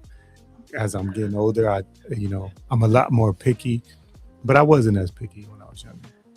Back in the day, we used to have like either some Frito chips or chips, and then we used to put the cheese on it, and then put the chili meat, and we would eat it like that out the bag. That's what we used to do when I was a kid. Yeah, I was like a teenager. Skunk, you talking about candy yams? Like my mom's, I gotta stay away from my mom's cooking because my mom's throws down. You know what I'm saying? I'm talking. My mom's throws down like Big Mama. So you can imagine if you say to her, "Hey, I'm having a party. Could you, make me a spread?" You know what it's gonna be. You know what I'm saying? It's gonna be the mac and cheese, the greens, the candy yams, brown. Damn, she kept you fed. Oh Up, huh? yeah. What Tupac said made miracles every Thanksgiving. Yeah, for sure. Yeah, no, I feel you, Steph, and I feel you, Fiona, about drinking alcohol. It is essentially poison. Never drank or smoke. I used to smoke weed every day as a teenager. But hey. Yeah, no, I'm saying that was breakfast. I was just smoking, like, you know what I'm saying? What's good, John? Hold up, do I got my Godfather drop? Where I got my drop? What was a brother like on weed? You coherent enough? Were you like Beavis and Butthead? What was going on with you? Nah, I've always been like chill. Like I just got more calm and more chill. Yeah, I didn't really, I wasn't trying to. I've always been like a real chill person anyway. But what's good, Drama? Appreciate you for stopping in, brother. Appreciate you. Steph said, Granddaddy bootleg too hard. Yeah, like when I visited my pops, who's he's close to 80 now. When I visited him, he had moonshine in the closet with fruit in it. He talking about the fruit takes the edge off of it. And he was like, yeah, get that one with the pea. Man, that fruit did not take no edge off of nothing. Yeah. It still was like drinking gas, but he down in Georgia and that's what they do. So that's what they're doing over there. Mm-hmm. So, yeah. And I would have been hustling, y'all. I've been like, hey, can I get a ride? I got something. Y'all got a little spliff over here for you. You know what I'm saying? I used to use it to get around because my dad used to sell weed. Yeah, no, I used to sell weed. I used to smoke it. Yeah, it's getting high off your own supply. Nah. When I by the time I was selling it, I probably wasn't like, hey, you know what? You're right. I was getting yeah, brother. Certain days we try. What's up, big worm? I've been trying to count the money backwards. Nah, but it wasn't like that because I when it was weed, when it was I don't want to talk about this stuff, but when it was crack, I worked for other people. When it was weed, it was for myself, and I used to buy my own ounces, and so it wasn't nothing for me to, But I was a businessman, 95% of the time, so I wasn't gonna mess up my money, But you talking about, and just granted, I was done with all that stuff by the time I was 19 years old. Gotcha. I'm talking about from the ages of 12, 13 to about 19, getting involved with cocaine, crack, weed, and stuff like that. By the time I was 19, I was about 18. Before I turned 19, I was about to be a father. I walked away from all of that. So keep in mind when I'm talking about this stuff, that's what I'm talking about. That's he talking about during the time when it was like coolie hot. Like that's when he not that far. Not just kidding. We wasn't going to the jive turkey. I know you trying to age me, Joe. I appreciate you. Jive turkey. What's my man died from getting punched in the stomach? Coach Cheese. He got punched in the stomach and died. I was like, oh man. Houdini. Coach Cheese from Cooley High. Yeah. No. Yeah, he got beat up. He got punched in the stomach and died. In the movie. Oh, okay. I'm like, yeah, in the movie. Okay. And then remember Cornbread Early Me? Cornbread Early. They killed Cornbread with Larry with Lawrence Fishburne. Yeah. Oh yeah, Larry. Yeah. So Joe, you was old as me. I didn't know Joe. I didn't know you look like about 32 years old. Older than me. So you really okay. Jeez. Telling on herself, man. Telling on herself. You see that? Listen, if I look 50, then I'll be like, oh damn, whatever. Nah, you don't look 50. But I am, boy. Let me tell you, I'm 50. Yeah, you start running your mouth. You start, okay. Listen, I'm gonna be 51 this year. Okay. We still in 26, right? Yeah, I'll be 54 next year.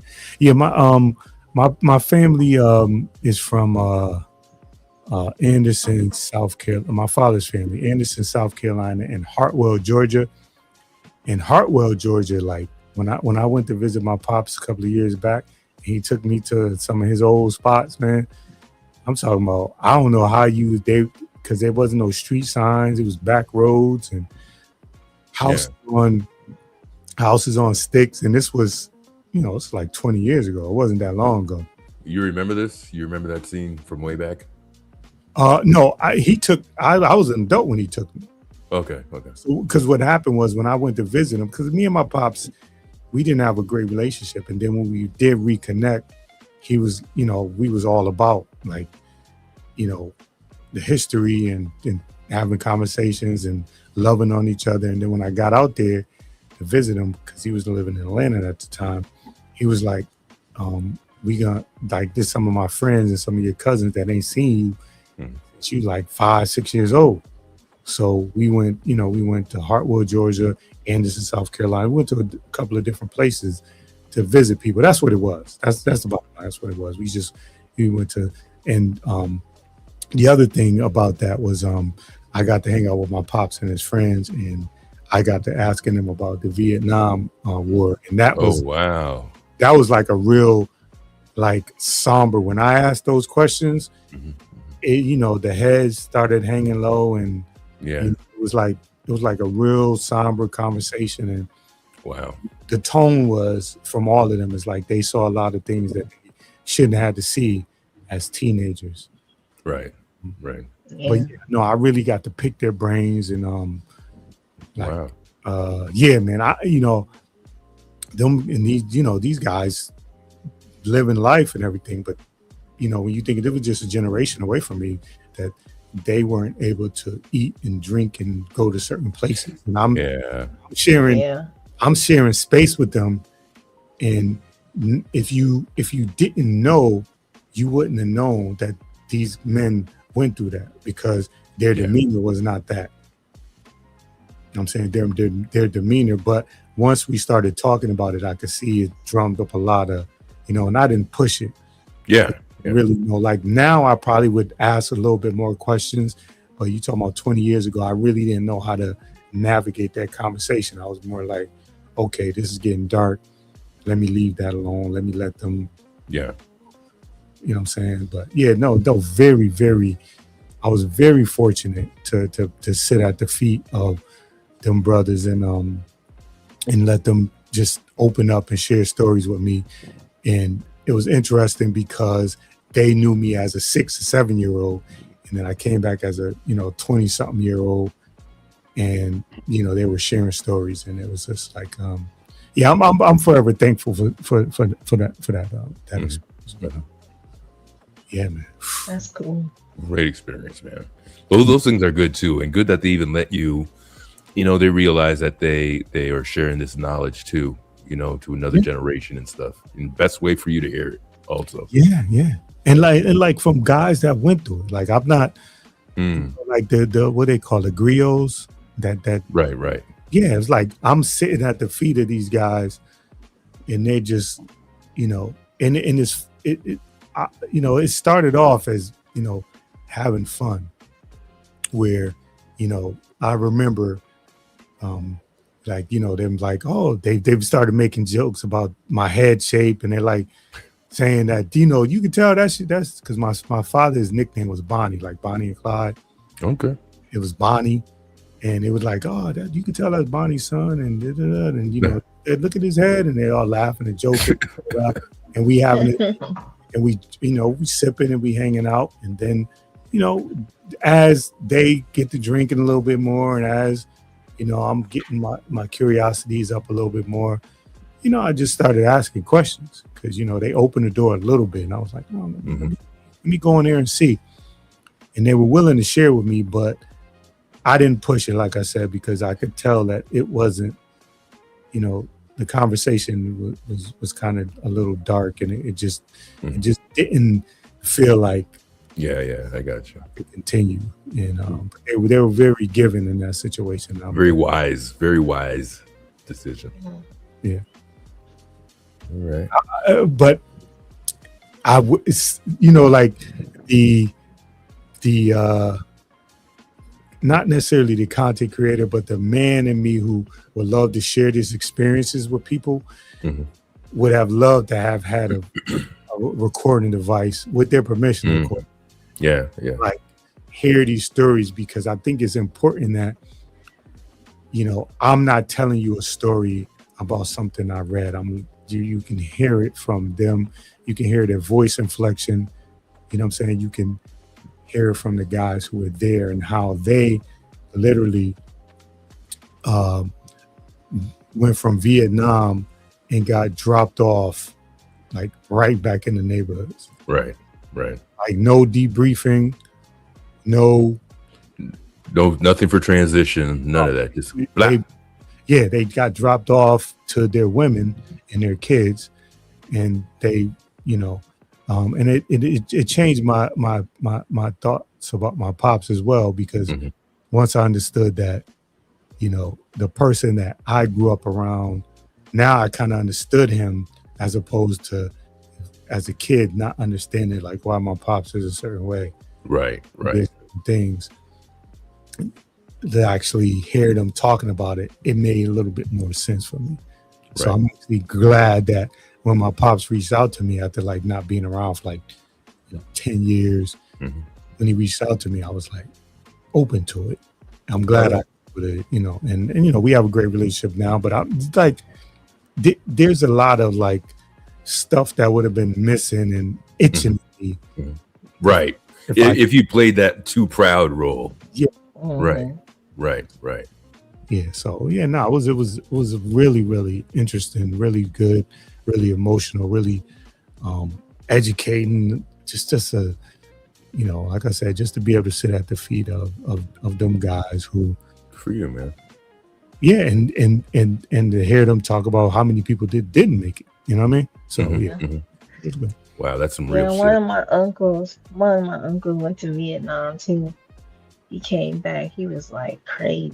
And he was like into game banging, boxing. It was crazy. A lot of those dudes that came back. Sorry, a lot of those dudes that came back, man, like Ice-T, and even Eddie Murphy's brother, man, came back with that military training, and then did a little bit of crime shit on top of that. Yeah, man, it's a lot, and for the most part, we are living our lives, and people just kind of the hustle and bustle and the grind of everyday life. You may not get an opportunity to, tap into some of these things because you got what you trying to pay your bills, so you're not able to like really, acknowledge and spend a lot of time on it. But if you're ever able to sit at the feet of somebody who has, something to say, just sit there, no judgment, and let them share with you. It changed when I tell you that I had a lot of anger towards my pops because of how he didn't show up. Being around him and his friends, and just being around him in general, and just having conversations with him and open myself up to it, allowed me to like go, oh, okay, you know what, this is, this, I don't excuse certain things, but this makes more sense to me now because, some people don't have the wherewithal. Right.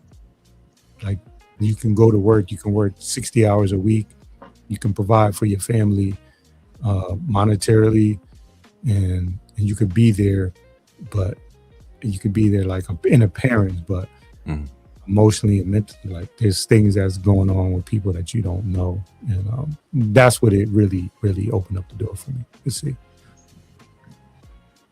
Emotionally absent, or like I forgot what it's called when they're just not, they can be there financially and do all the other things, but they can't like be there like in the right. Yeah. Steph, you good? Steph, you back? Hey, Yeah, I'm back. Hey, well, before you go, I'm about to drop off, but thank you for having me up, brother. I got things to listen. I got things to do. People to see. No, I'm just kidding. Rhymes with hostage. Yeah, I gotta hold somebody hostage. Okay, all right. Bye. Thank you for having me up. No, Later. Later, Joe. Been very supportive, so I'm always going to appreciate that. All right, have a good night, Mr. Chadavis. Guard your meat. On the prowl over there. She coming for your meat. Meat and pineapples in that neighborhood. What you was gonna say, Steph? No, I was gonna just echo that. It's I've had the opportunity. Sorry, I've had the opportunity to have a lot of older friends who are actually, they've gone on to glory. But some of the best friends I ever had in my life were 60 years older than me, and it is really valuable to be able to learn what from their experiences, and especially if they have had a very colorful life, like if it was something that is sort of outside the ideal that we've been presented. I think there's a lot to learn from the people like that have had sort of an unusual life, but and I think like they don't get listened to very often. And I guess I'm kind of being very vague, but one of my best friends that I've ever had was somebody who had been to prison in Texas. Probably, the majority of his adult life was spent incarcerated in one of the many penitentiaries in Texas. And he kind of was a career guy. He started when he was young. He was part of the West Side San Antonio, Dollar Shide kind of, zoot suit type of gangster, and that's just the life he adopted. And it's the first time he told me he'd never had a, what he called like a square. He never had a square job, except one time when they made him get one when he was at the halfway house. I didn't believe him. I was like, what do you mean? What do you mean, John? His name was John V. He's dead. John V. What do you mean, John V? You've never had a job. It's like, I don't work for people. I don't work no job. What? I was like, okay. So, that was, and it never, because even like people that I knew that had run-ins with the criminal legal system, it wasn't like him. Like he basically, like, that was his life. That was his life. And he taught me so much that it was so useful. And I met him before I became a lawyer. And so his perspective on the prison industrial complex, and, being prosecuted by the state of Texas has been so invaluable, incredibly valuable. And I think a lot of people would have basically said this dude is an undesirable. And I mean, he was labeled an undesirable by the state of Texas. He was labeled criminally insane at one point and put in a hospital, and he was getting electroconvulsive therapy, and all these things that happened to him, and he did, and he was a safe cracker. That was his job for a good decade. He cracked safes, so people would steal safes, and he was the dude. They bring him the safes, and he's the dude that would crack them, right? He stole an ATM one time. He told me this whole story about stealing an ATM. He was one of the best friends I've ever had. I mean, he was a great guy. He really was. And so it kind of taught me how to sort of the paradox of humanity that we all sort of present, right? People would think this dude is just he's done everything that we teach people not to do, right? He would always say I'm not a killer and I'm not a rapist. That's what he would always tell me. He's like, I'm a good guy. I'm a good guy. I'm not a killer and I'm not a rapist. And but since he was sort of branded as he was supposed to be a pariah, right? He was supposed to be everything that you teach your kids not to be. So his perspective was not really counted for much, but he taught me so much about. He also taught me a lot about learning to listen and how to learn to listen to people, because he had his own sort of language. Like he had, like we have, Mikey. We all know Mikey, right? And you kind of have to learn how to talk to Mikey, because Mikey has these Mikeyisms, and you kind of have to learn how to, what these mean and different contexts, and that was kind of how Johnny was. Like Johnny had certain things that he'd say, and certain things he'd go off in his memories, and he'd start talking about prison, and he wouldn't have told you, like, now I'm going to tell you about prison. He would just start telling you a story. You'd have to figure out, like, oh, he's talking about being down on the farm, in 1950 something. And I mean, that guy, I miss him. I really fucking miss him. I really do. And now that I'm living in San Antonio again, I would give anything for him to still be alive so I could go spend time with him still. And I mean, people, that's the kind of person that, like, people say that, he's a bad guy. Don't spend time around him. He'd be a bad influence, yada, yada, yada. How could you even talk to somebody like that? But, he was just, he was a good guy. And I think, I don't even know how to express it. Like, I miss that guy. I miss that guy a lot.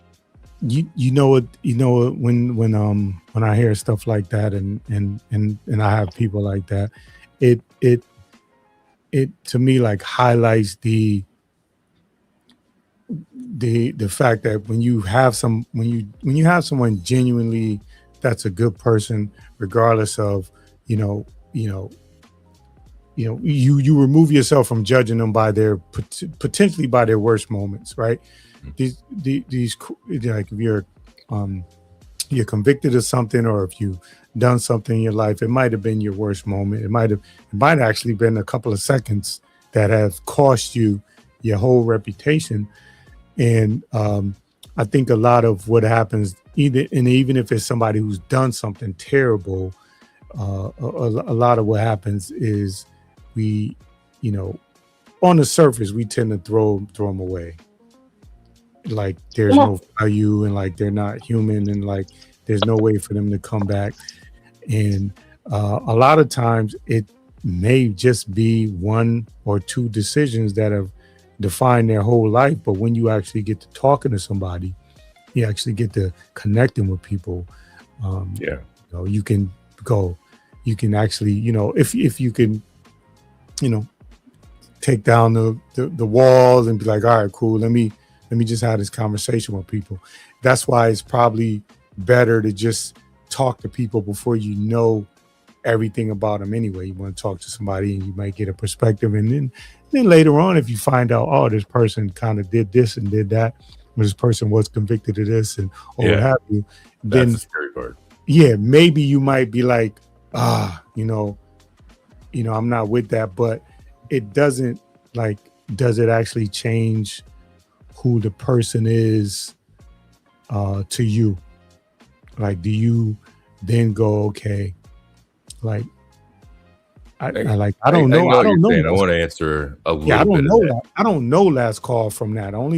I know last call from 2020 to 2026. I don't know 1999 last call and those things that he did. And as far as I'm concerned, like, how do I, it's just still, and even if you were still that person, I think you can still learn, and it's valuable.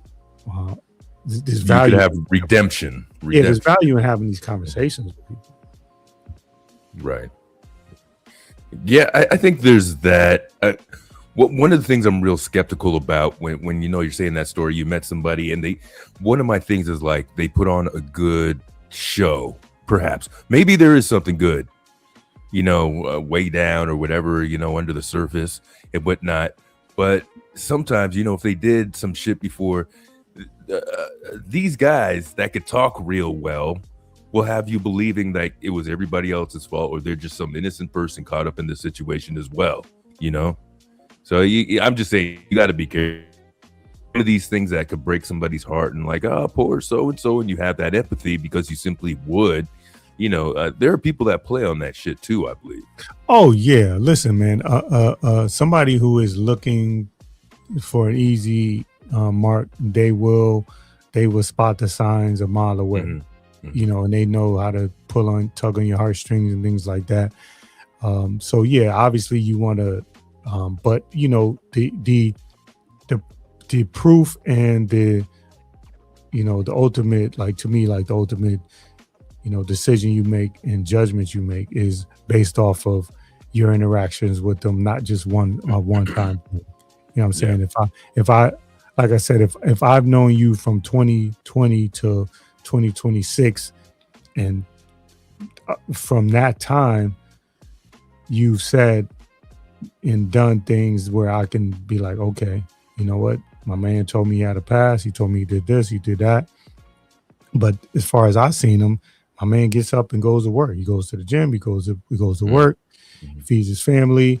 Like, there's a high probability that whatever that was back in the days is behind him.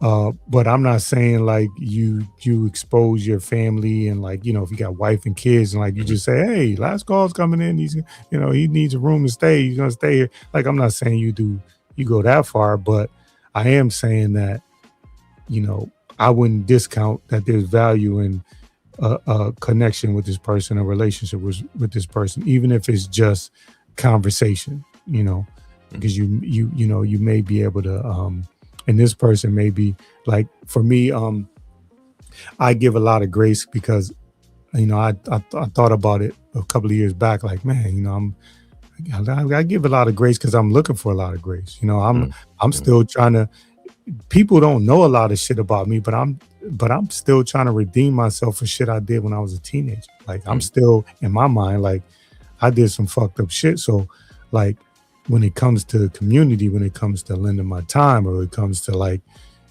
being a good steward of what's the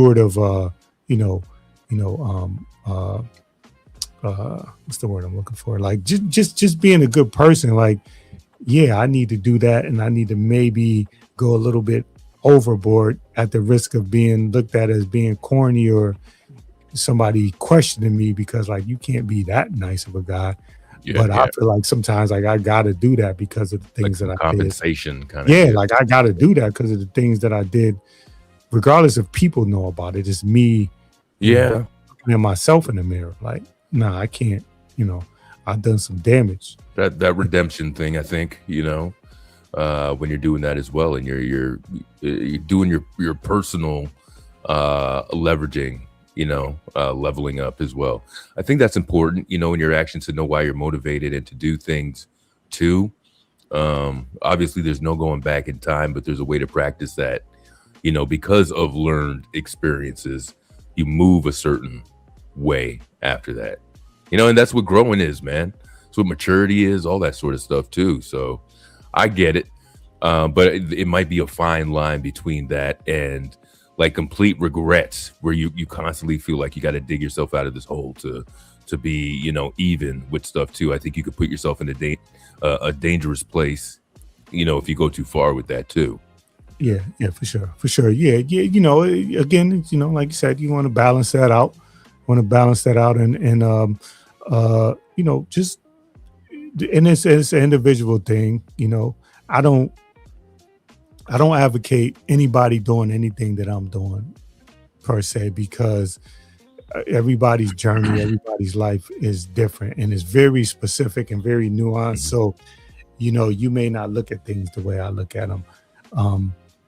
But like, because I am where I am and the things that, I experience and I've done, I probably give a little bit more grace to other people because of where they may be in their journey. They may be in a place where they are really looking for, redemption, and it's not a public thing. That makes sense. Yeah. It's a personal thing. They're not like saying, hey, I want to be redeemed. They may just be personally, and you may not understand it. You may be like, yo, man, you may be looking at somebody like, yo, he let this person take advantage of me. I've met some. I've met some of those on the redemption path. Yeah. like on the real, like I'm doing this for real now. Yeah, you just don't know what people's deal is. But the idea for me is to actually have conversations with people. If you're curious about something, or if you're connected to somebody, most people want to talk about their story, especially if they're on the path of redemption. They want, people to see the good in them, and so just like I said, just have these conversations, like, and connect with people. Don't be afraid to connect with people. And if it turns out, if Last Call connects with me and it turns out that a brother's a piece of shit, Last Call can say, you know what, I gave him a shot. That's not on me that he's a piece of shit. So right. I'm not gonna feel bad that I gave him a shot. I gave him a shot, man to man and human to human. I wanted to support this guy. Right. He did something weird, he did something crazy, or he did something, that's on him. That's not on me. So it's important that people, if you are going to do that, you don't, take it personal if somebody does something, backhanded, or if somebody doesn't,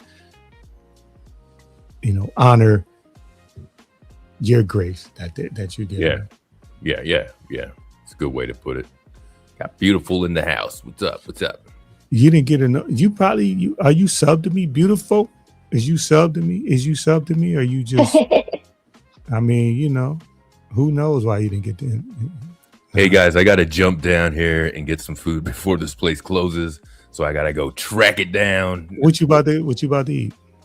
It's like a little stir fry mix thing that I'm getting with white rice and whatever, some rolls or some shit like that, spring rolls with it. So okay, all right. Hey man, appreciate you for stopping by. I'm going to be listening in the clouds though.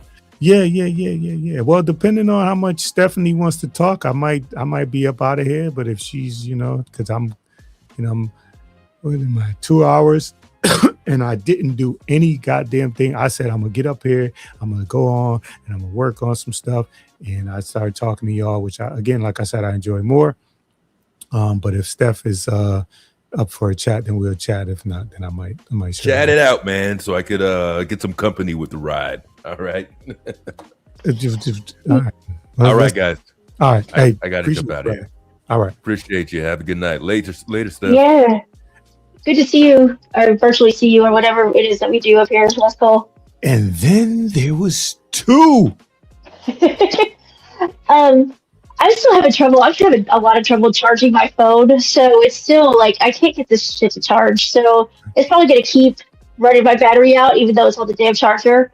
But I will say this: I think hearing him talk about redemption, just thinking about my friend and people that I knew because of him that were like old school San Antonio gangsters who did a lot of time, right? They found redemption in other ways than becoming some sort of reformed, re-entered into respectable society. That was not their trip. They were never good. They were never interested in that. Right. It was never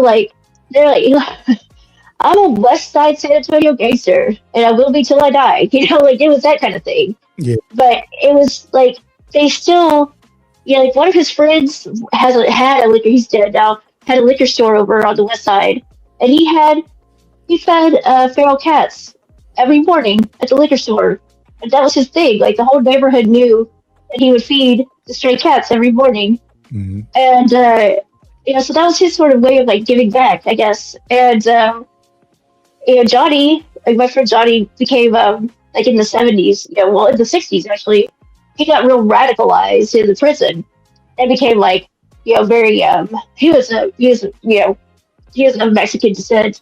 His parents were from Mexico, and so he became radical Chicano type prison activist, and he was part of a group of jailhouse lawyers. They called them jailhouse lawyers, who won a lawsuit that really reformed a lot of the really inhumane practices of the Texas penitentiaries at the time.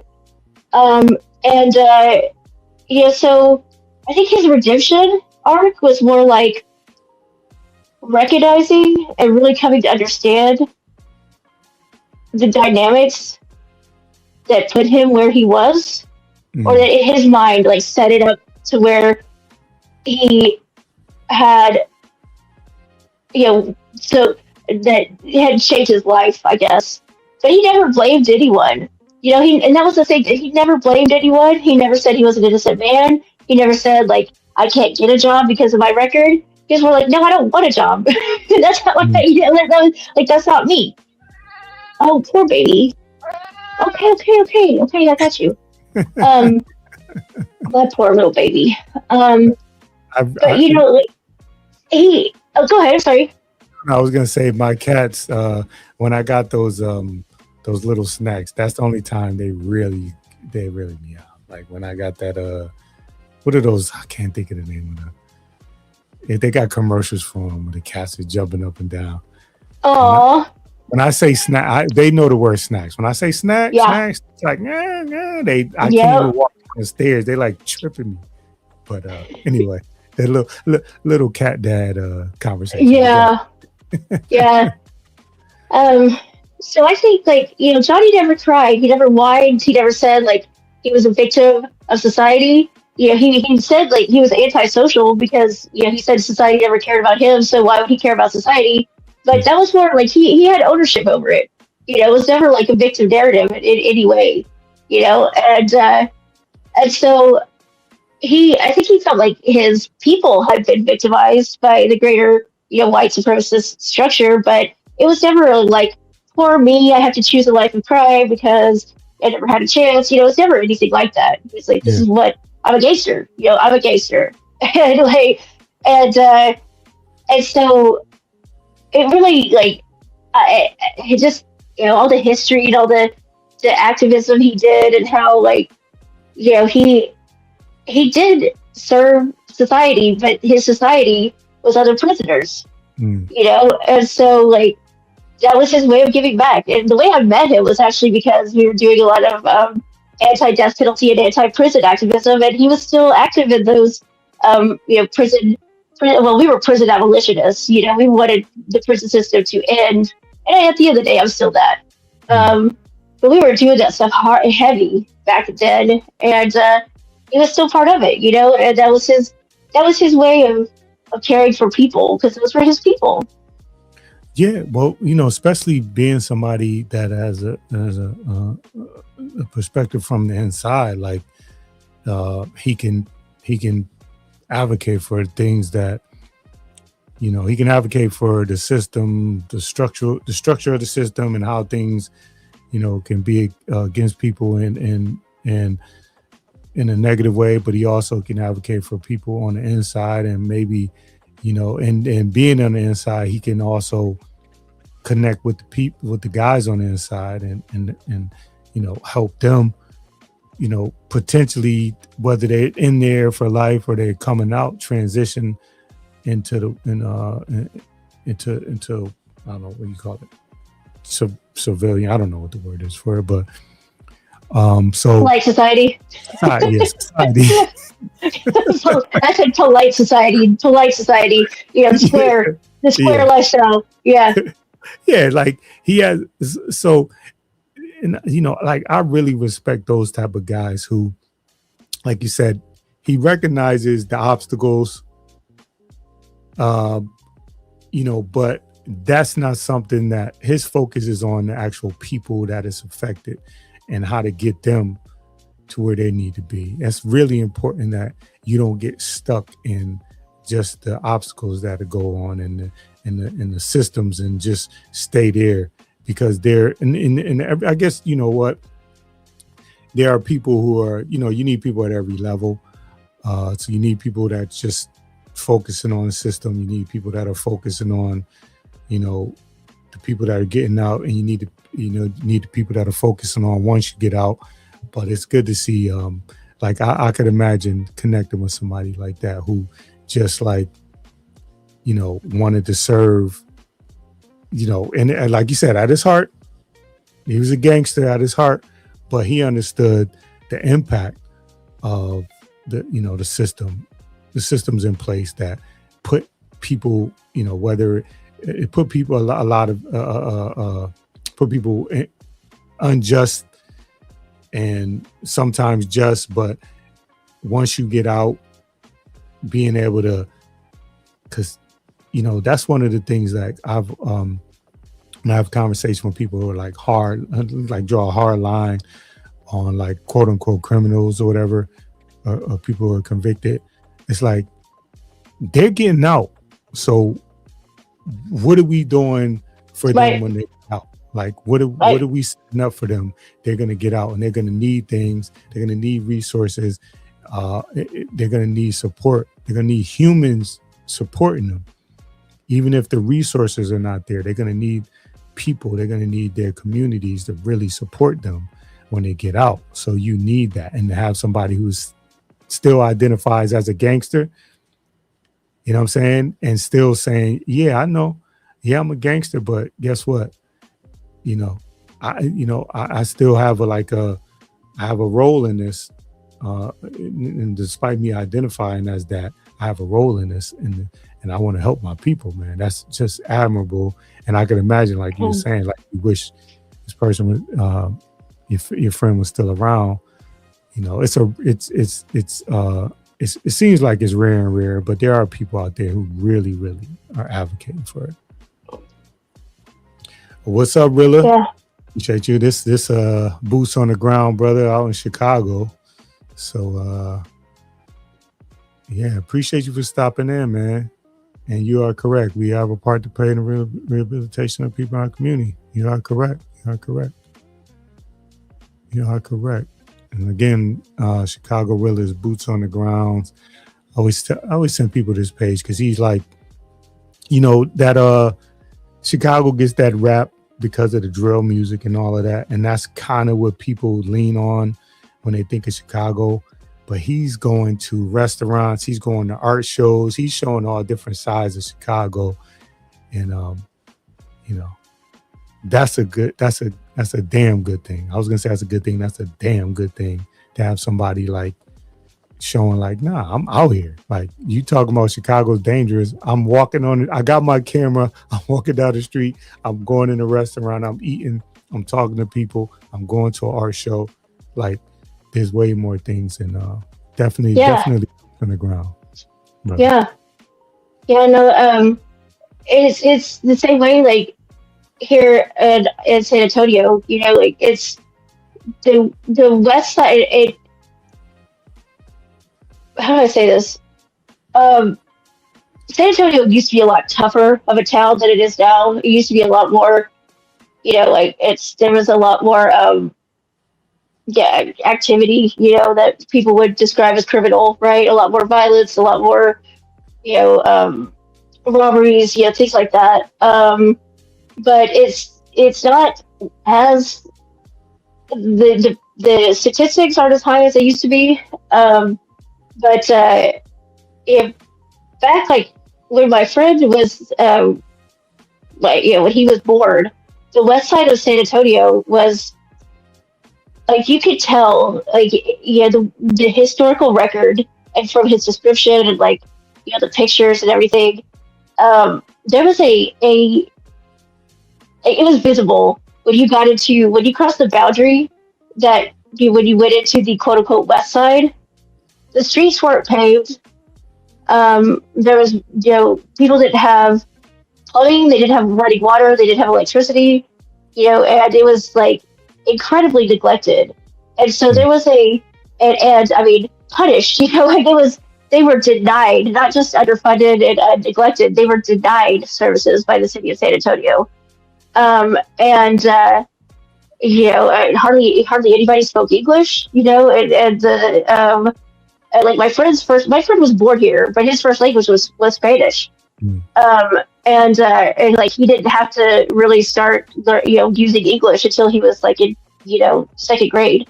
And so there was just a real divide, right? And there was, just a lot of there was a huge movement here. One of the big first workers' rights movements in San Antonio was done by Chicanos and immigrants who were picking pecans. They were the pecan pickers and or pecan gatherers, because a lot of them would gather pecans that had already fallen on the ground, and they were getting paid like 10 cents a pound for these pecans. And so they organized. So this is a big like San Antonio story. Like it's the lore of San Antonio. And a woman named Emma Tanayuka organized them to demand a higher price. And that was sort of like the first time, like there was a organization and like a voice for like the people of the West Side. And so there was all that, but there's also like beautiful, like to this day, like things that still exist that were created during that time, like art and community centers and churches and I mean these murals that are still there to this day. And so it's like there's communities are really complex, right? And a lot of times communities that are sort of like given this notorious like reputation, like they're still sometimes that's like some of the most beautiful like things you find are in those communities, because it's like it's like grass or like roses growing through concrete, right? Like it's those are the strongest, most healthy, like most beautiful roses you'll find are the ones that are like having to struggle to grow, right? And so I mean at the same time, like west side of San Antonio is like the cultural hub of San Antonio. Even throughout like all the forces that tried to basically oppress them from being like a pivotal part of the city and actually having like their fair share, it's still like the cultural hub. So I mean it's an interesting dynamic how those two oftentimes coexist. Yeah, and well, so I just wanted to highlight it. YM's she said she learned about Emma. Awesome. Yeah. So like a lot of it is it's really up to us, right? To highlight and to keep these names, these people, these communities, these programs, the atrocities as well. But I mean, like, if we just want to focus on, some of the works and the boots on the ground that goes on in these communities where, like you said, like if it's an area and let's just take it, let's just say like you said, like the west side of San Antonio, that means something to so many people. And a lot of times it's without the nuance that you just described, without the talking of the artwork, without the talking of the activism, without the mention of the actual people that are there. It just becomes a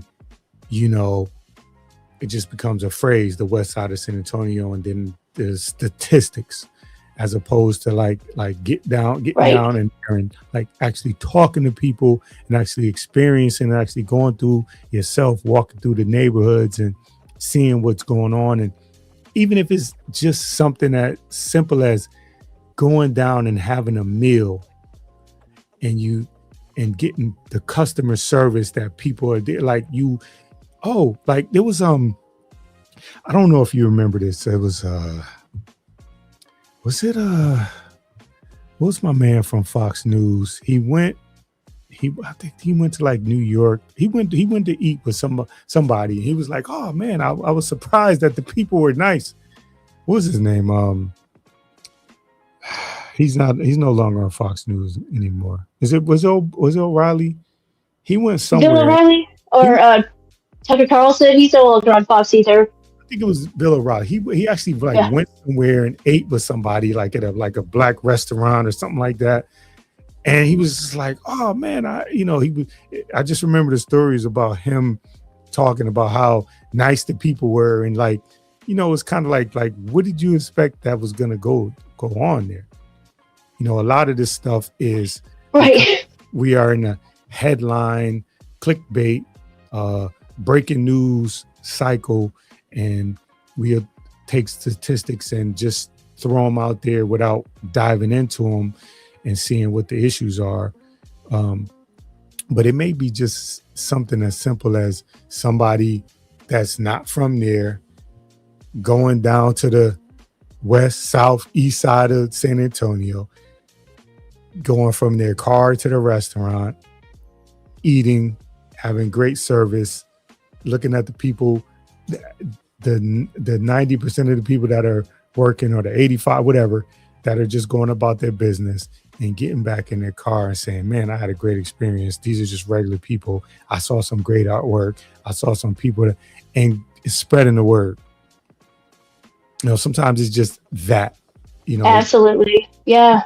And I think like it's not enough of that. I'm sure it's happening, but not enough of that is getting highlighted in that way, where it's not like, and I'm not talking about like a food review to you just like go down and say, I had the best burger and blah, blah. I'm talking about because these narratives and these headlines and these titles and these breaking news stories affect so much, and people don't take the time, to go down in there. And then, like, I don't know how you met your buddy, but you're open-minded. Activism. We were activists. Yeah.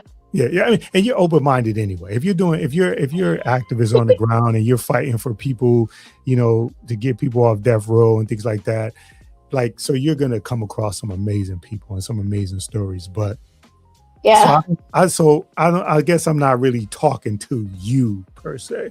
It's not you. It's not the yous of the world that, what I'm saying, that we want to get the other people who are like turning their nose up and saying, oh, west side of San Antonio, I wouldn't go down there because I heard that.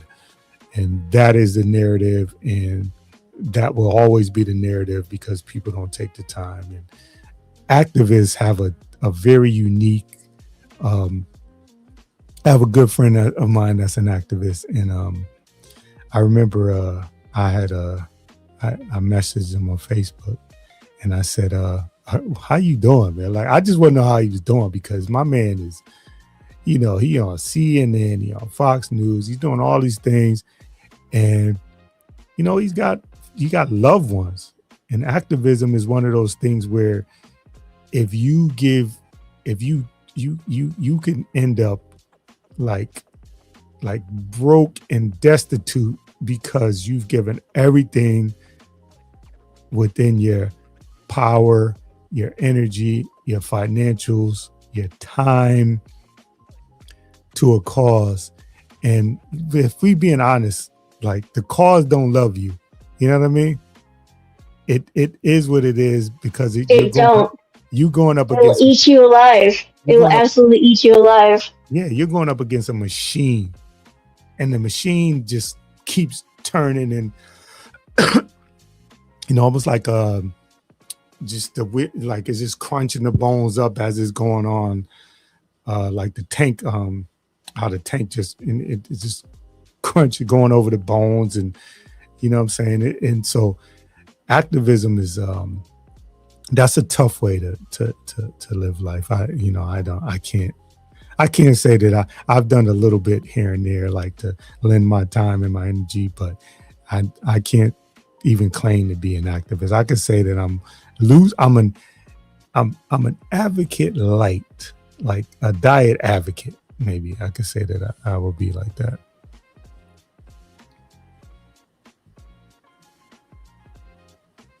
You're on mute if you're talking, Steph. Oh, she was saying her phone is dying, so.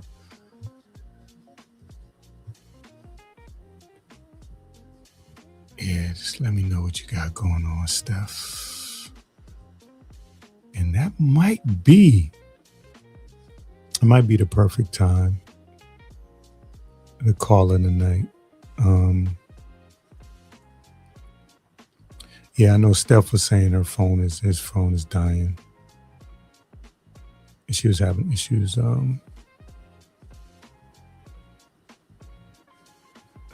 Yeah.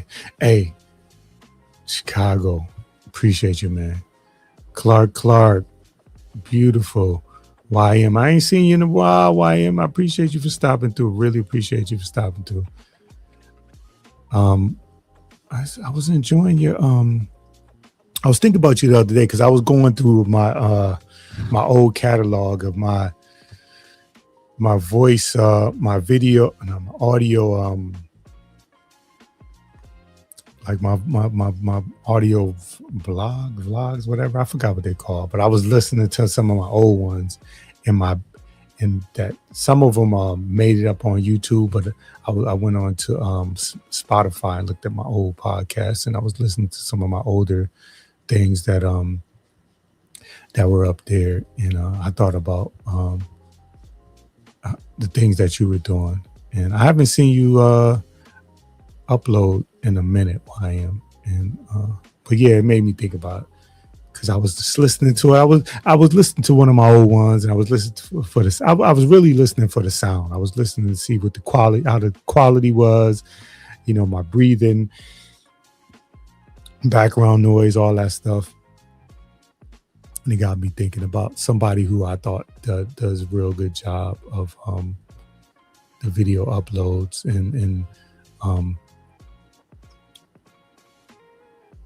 and you were doing it like with visuals and stuff like that. So it's weird that I was thinking about you and how you were doing, and you popped up in my chat. So I really appreciate that. I want to shout out to Fiona. It's Fiona's Life. If y'all got a chance, check out Fiona. She living life the way it should be lived. Skunk Freaker was in the house. Of course, all the panelists. Steph came up. Last call. Joe, Safine stopped up. And I always appreciate anybody that hits the panel, but definitely the people that stops in the chat. Beautiful. I see you. That means he wants to see upload. Yes. I want to see. YM has a common voice, and she usually, just like I'm a, like a content creator's fan. Like when somebody does something good, I want to see it, more of it, and I think, and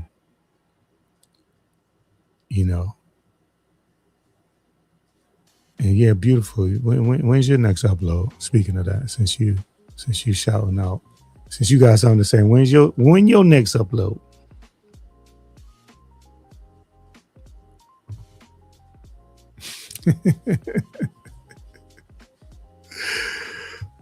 Yeah, I know you ain't doing the upload. I'm gonna get you up here one day. One day I'm gonna get you up here. I gotta figure out what the beautiful like to talk about, and then I'll get her up here. What is it that you like to talk about, beautiful? What would get you out of the chat and onto the panel, bumping your gums? What do you like to talk about? Because I see you in the chat. You be like commenting stuff, so I know you got a voice. Yeah, all right. All right.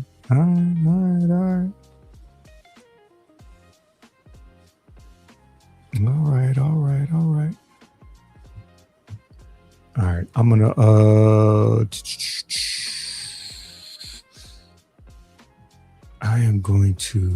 I just gotta check on my little man real quick, and I'm gonna put y'all. I was gonna say I'm gonna put y'all on hold.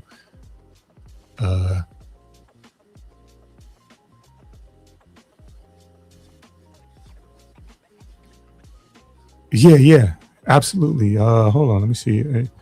Yeah, absolutely, Steph. Yeah, I'm gonna be up. I just gotta go downstairs real quick. I'm gonna check. I'll probably be like 3 or 4 minutes. Drop as much links as you like in the chat, and then I will. I'm gonna end the stream after that. We got 2 minutes, 2 hours 45 minutes when I plan to come on for hours. And that's always a tribute to y'all that contribute in the chat and on the panels. So I will be right back. And then Steph, put what you want in the chat.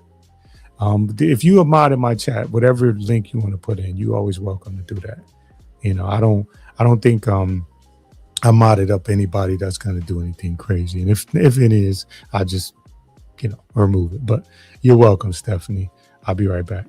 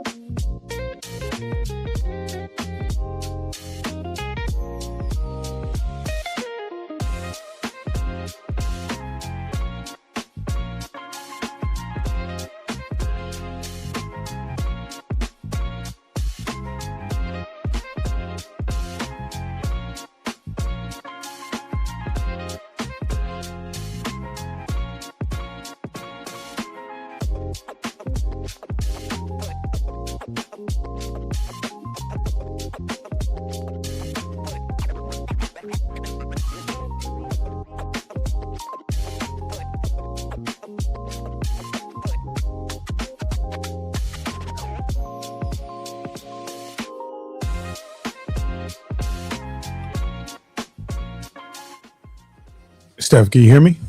Yeah, I can hear you. Can you hear me? Yeah. No, I was downstairs. Cool. My bad. It's okay. I was gonna ask if you don't mind. It's like a minute. It's like a minute and a half. I've got that link in the back chat. Okay. Could you show that? Yeah, let's see. Let me pull that up. Oh, hold up. Okay.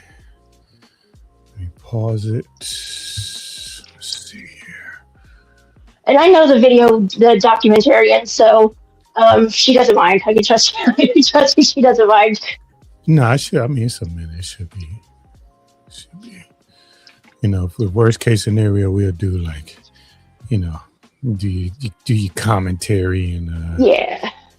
All right, so share screen.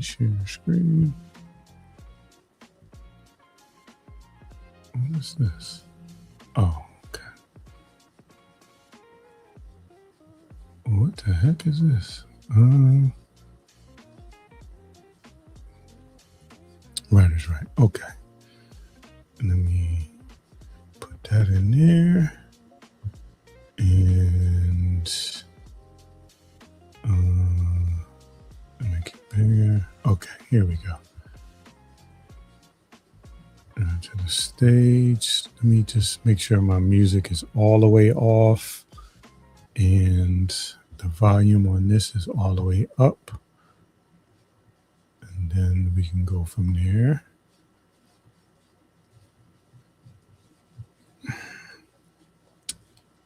Boom, boom, boom, boom, boom. And then you can kind of, do you want to preface it or you want to talk about it afterwards or how you want to do it? I can give a little bit right now. This is a documentary by Suzanne Mason, it's about Fred Cruz and the Writ Writers movement, which my friend John was a part of. And it was a bunch of what we call jailhouse lawyers. They're prisoners, who are doing their own legal work to try to improve the conditions of the prison at the time. So. And I saw 1969. All right. American Can you hear that? Needs to decide what it expects prisons to do. Can you hear us? That? One Okay, day let me start from the beginning. the American public needs to decide what it expects prisons to do. One day the public clamors for revenge. The next day it accuses prison administrators of being brutal to prisoners. If you beat one, you control 100.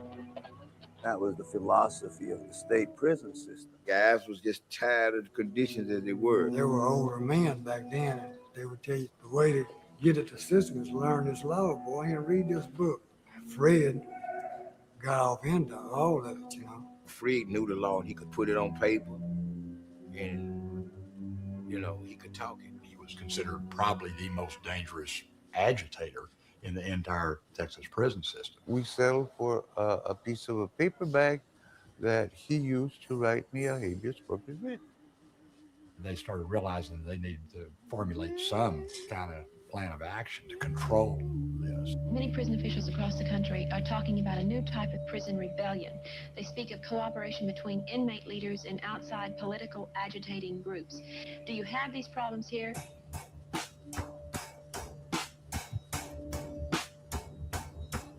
Here was some. I'm gonna go back a little bit, but just language. You know what I'm saying? I know like on like definition wise an agitator, but like just using this language. And if you think about the time that this stuff is running and the language that they're using, like you poison the well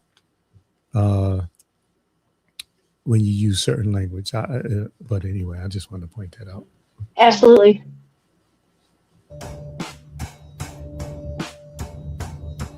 Here was somebody who was going to help the poor people have whatever the legal system could provide. Fred came out of that battlefield as a drug addict, a jailbird, and writ writer, jailhouse lawyer.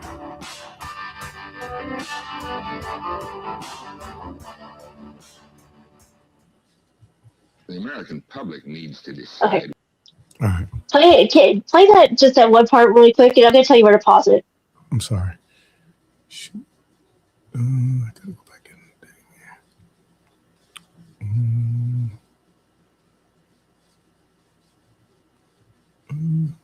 Where did it? Why am I? Oh, there it is.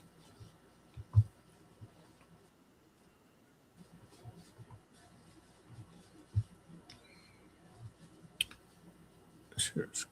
Okay, there we go.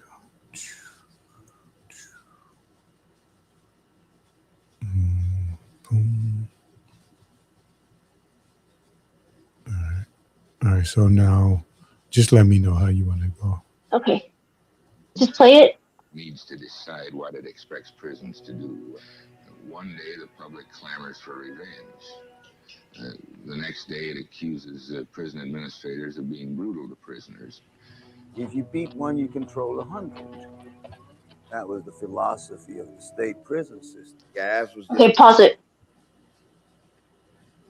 Okay, that older gentleman there, that just said, if you heard what he said, if you beat one,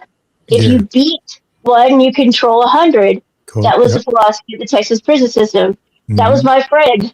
That's John V. Yeah, that was my friend. The one that said that? Uh-huh. Oh, wow.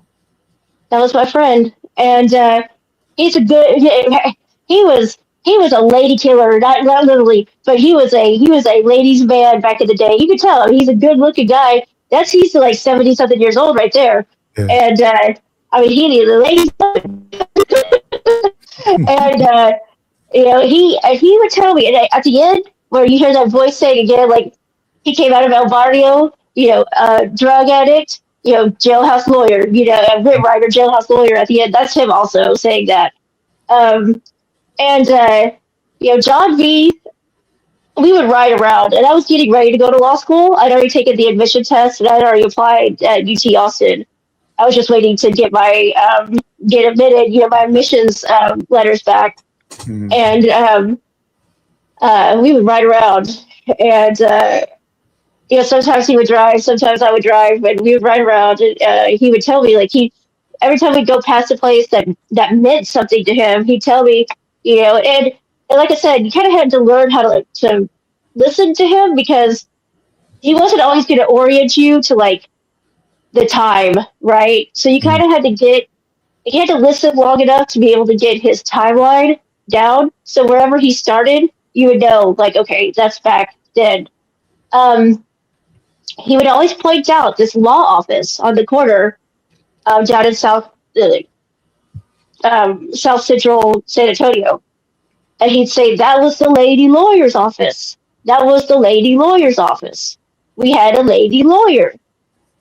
She was like you. You're going to be somebody's lady lawyer.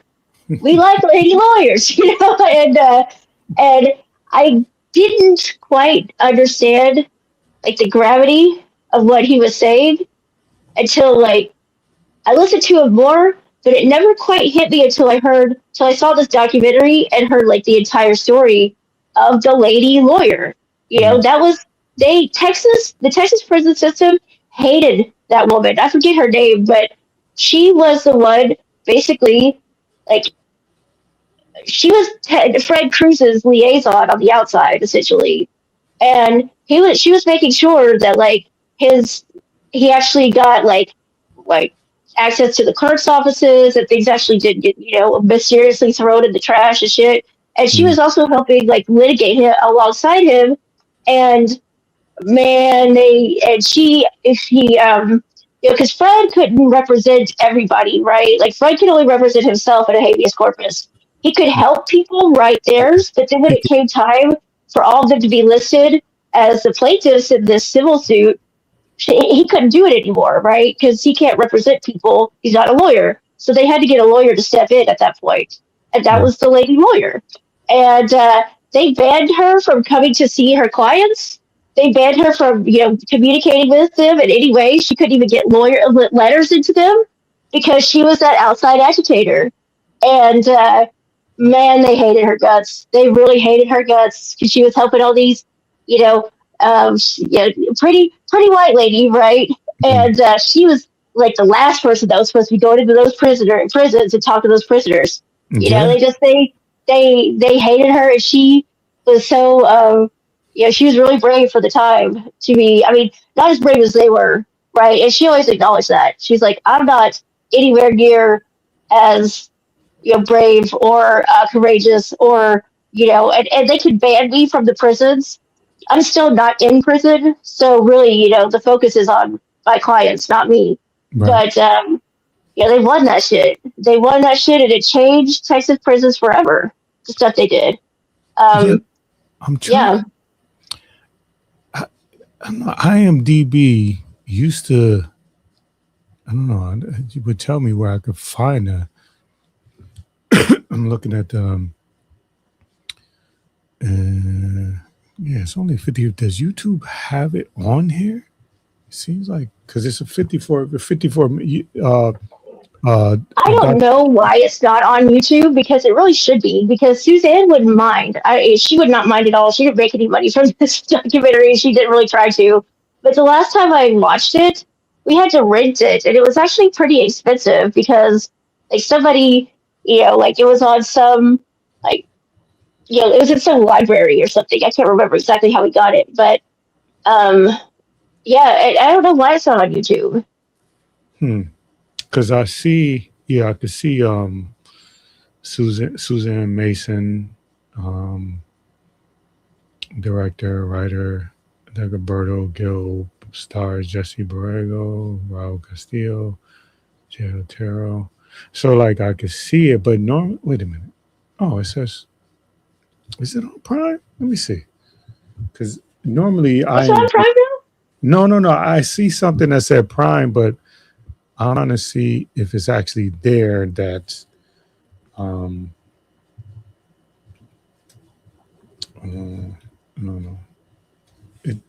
I don't know if that. Nah, that was just kind of like a. Hold up. Yeah, no, that was just kind of like a little ad across the app. Yeah, I don't know. Let me see where you can watch it at.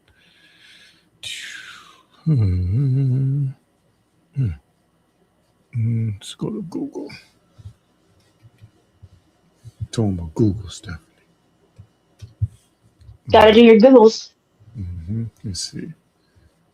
Where can I watch it? Where?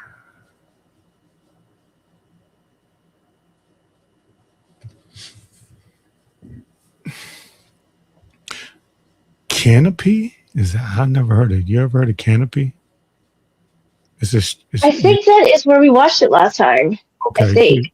Yeah, it's saying like Canopy. Stream the film if you have a public library card. Oh, so I was like a university login. Oh, okay. So it's more of a educational film at this point. It's not like a public film. I think if you let's see here, find your library. Okay, so let's see. If I had a okay.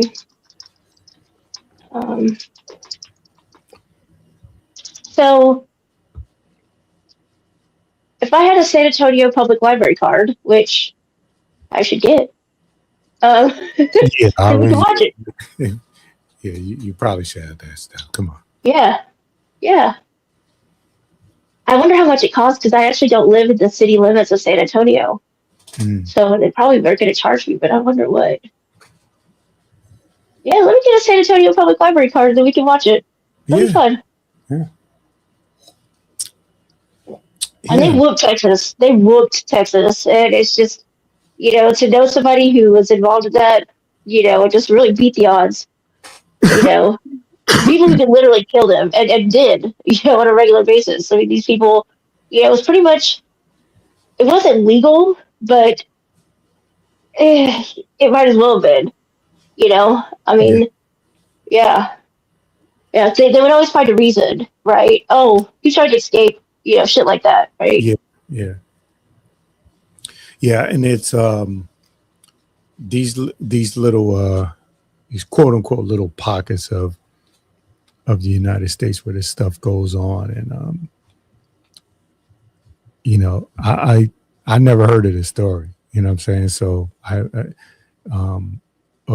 so it's not a national story. And again, it's kind of like up to us and the people who are actually familiar with these stories and these things to kind of get them out there, because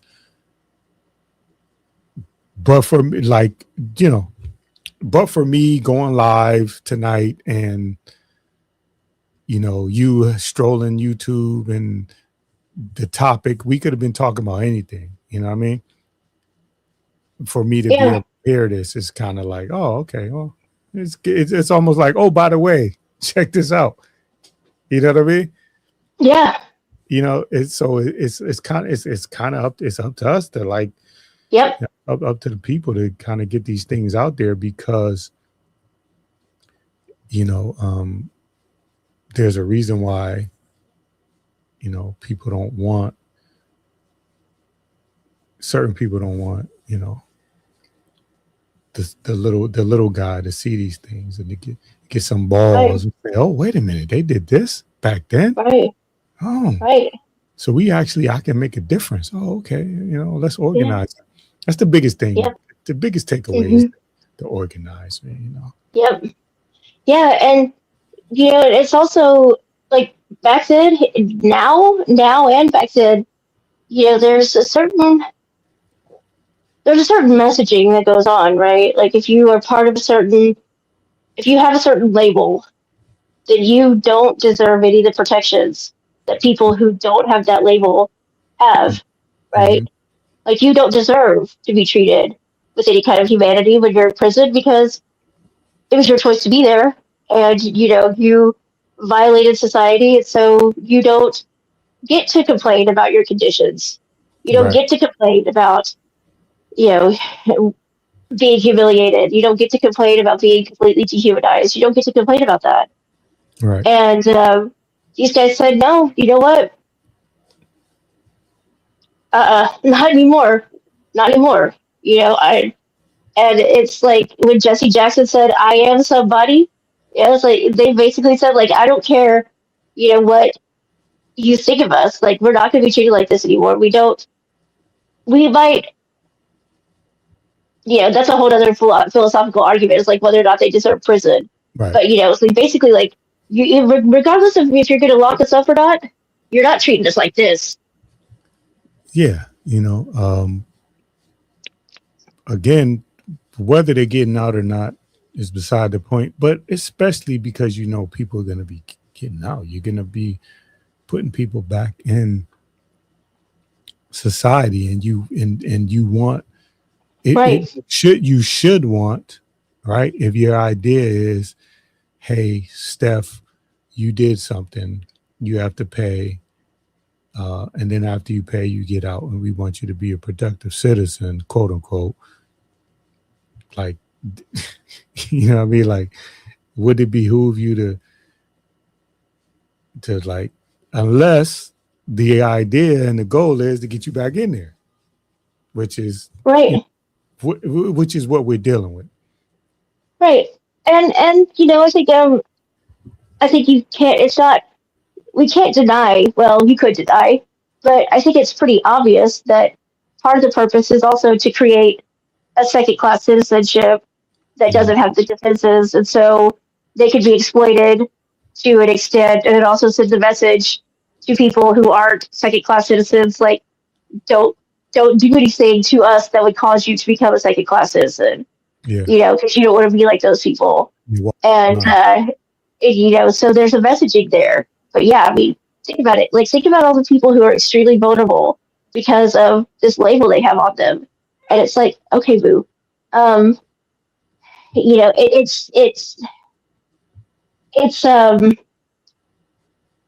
yeah, I mean, it definitely divides, and it sends a message that, you know, there's certain people who, like I said, there's just certain people who don't deserve the protections of society. They don't deserve like the comforts of society, and they don't deserve, to be part of society, right? And so, they're cheap labor.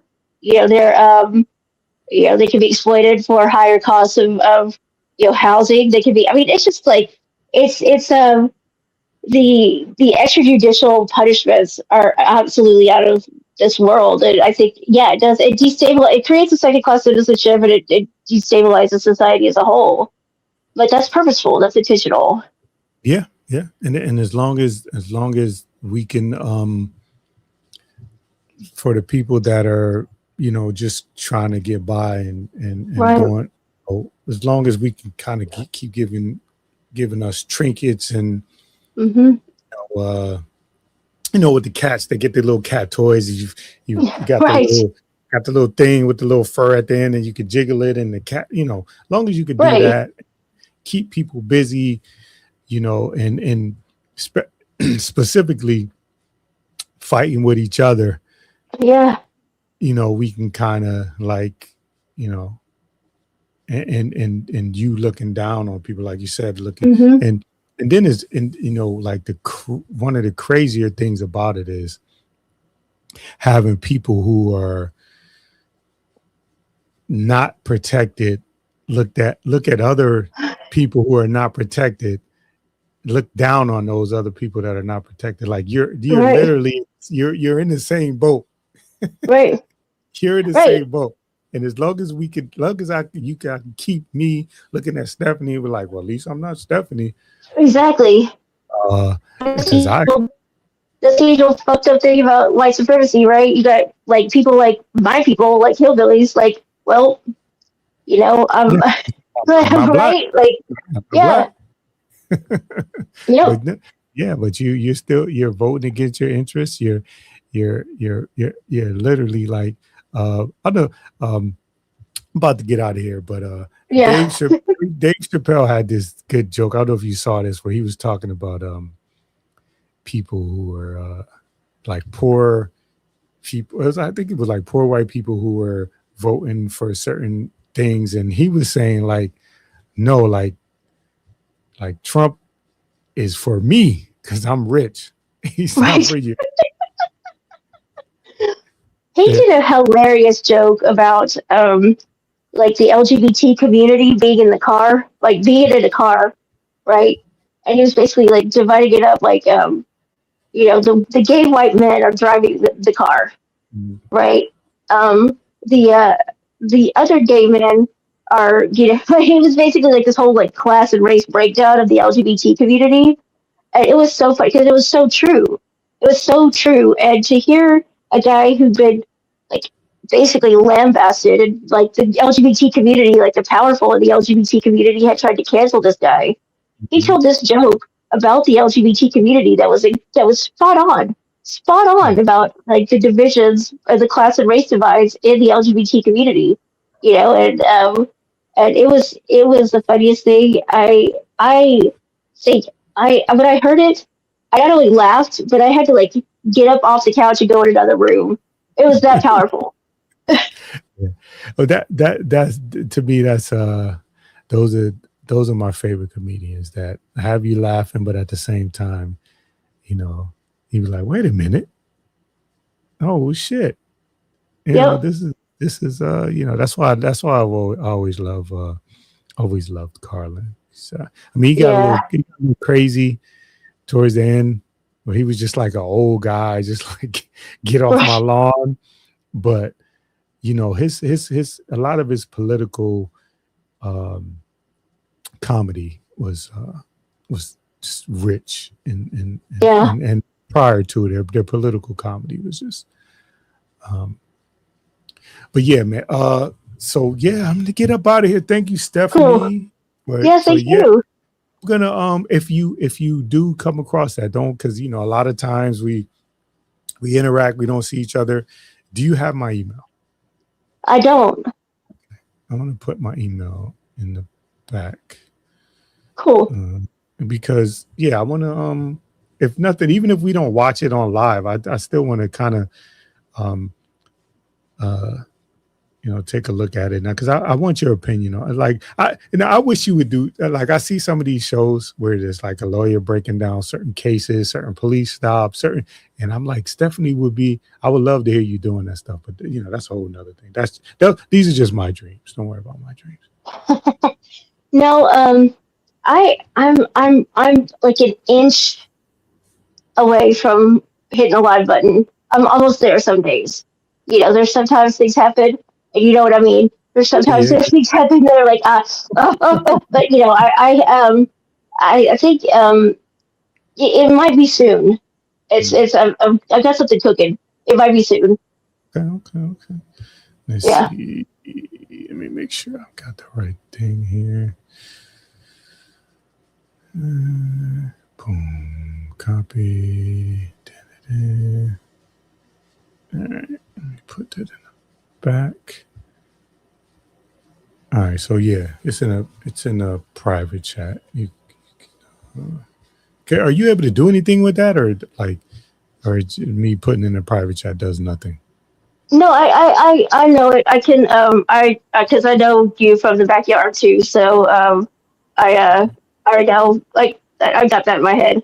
Okay, yeah. So you could put that in, because I definitely want to look at that. Even if we could do something, review it, and actually I could edit it down and do an upload or whatever. But I do want to. That'd be cool. I am interested in that, because it definitely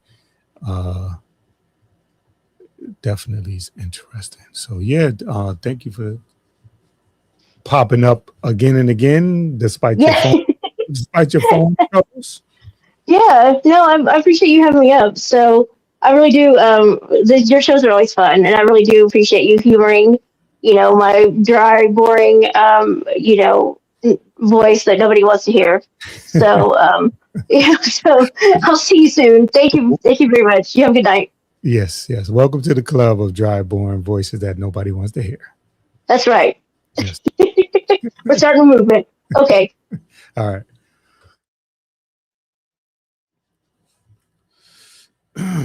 All right, y'all. Yes. Man.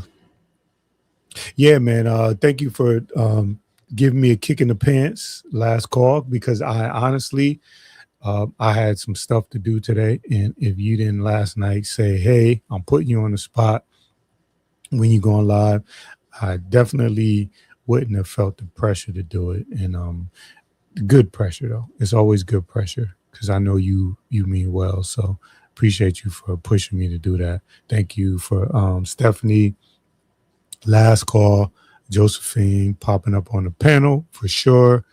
Had a lot of people stop in. Naps, TMK, Beautiful, Clark, YM, Chicago Rilla, the homie, Fiona, Skunk, Howard, my accountability partner, Howard Blend. I know you. I think YouTube Unfolded stopped in. Drama. Josephine. I talked about Joe. Propane. The Wolf stopped in. Appreciate him for that. Elevated Chills. The SBK. Did I say TMK? Clark.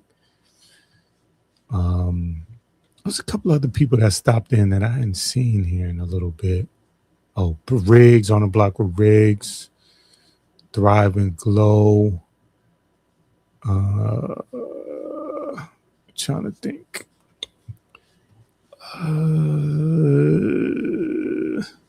It was Corey's World. Corey stopped in. Divine 7, Vibrant. How did I forget Vibrant Love? Black Anonymous. There was somebody. I think it was Tay-Bay stopped in. I'm pretty sure Tay-Bay stopped in. Yeah. Appreciate all y'all for stopping in.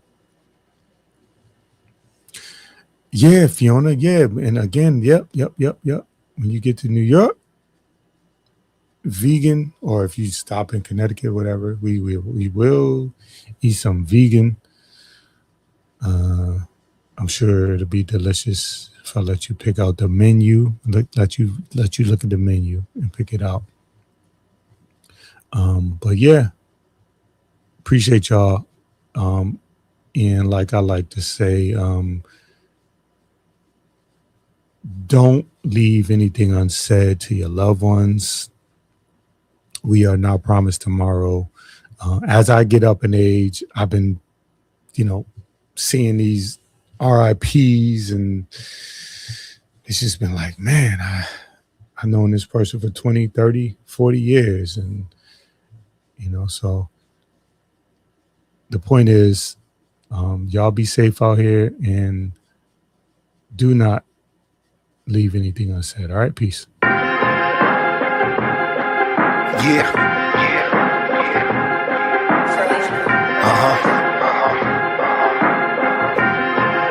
Look, invitation sent, sign still delivered, you got it, now welcome in. Engaging with the listener, a space for where you is. As we debate particulars, trying to build a bridge through conversation that's intimate. The mission is thought-provoking with words spoken. Bitter truth, not sugar-coated, just to open this place on display. Wisdom in the words that he say, a part of just embracing every gray over here. No fear, clear, I'm unafraid. I'm much older, I no longer hold a child ways. Adults in the room, times past for playing games. Grown talk, isn't that the reason why you came? Simple and plain, delivery raw, straight to the chase. Better than before, learning from your yesterdays. Introducing insight, influence, be amazed by a brother of a certain age. Now rock with him.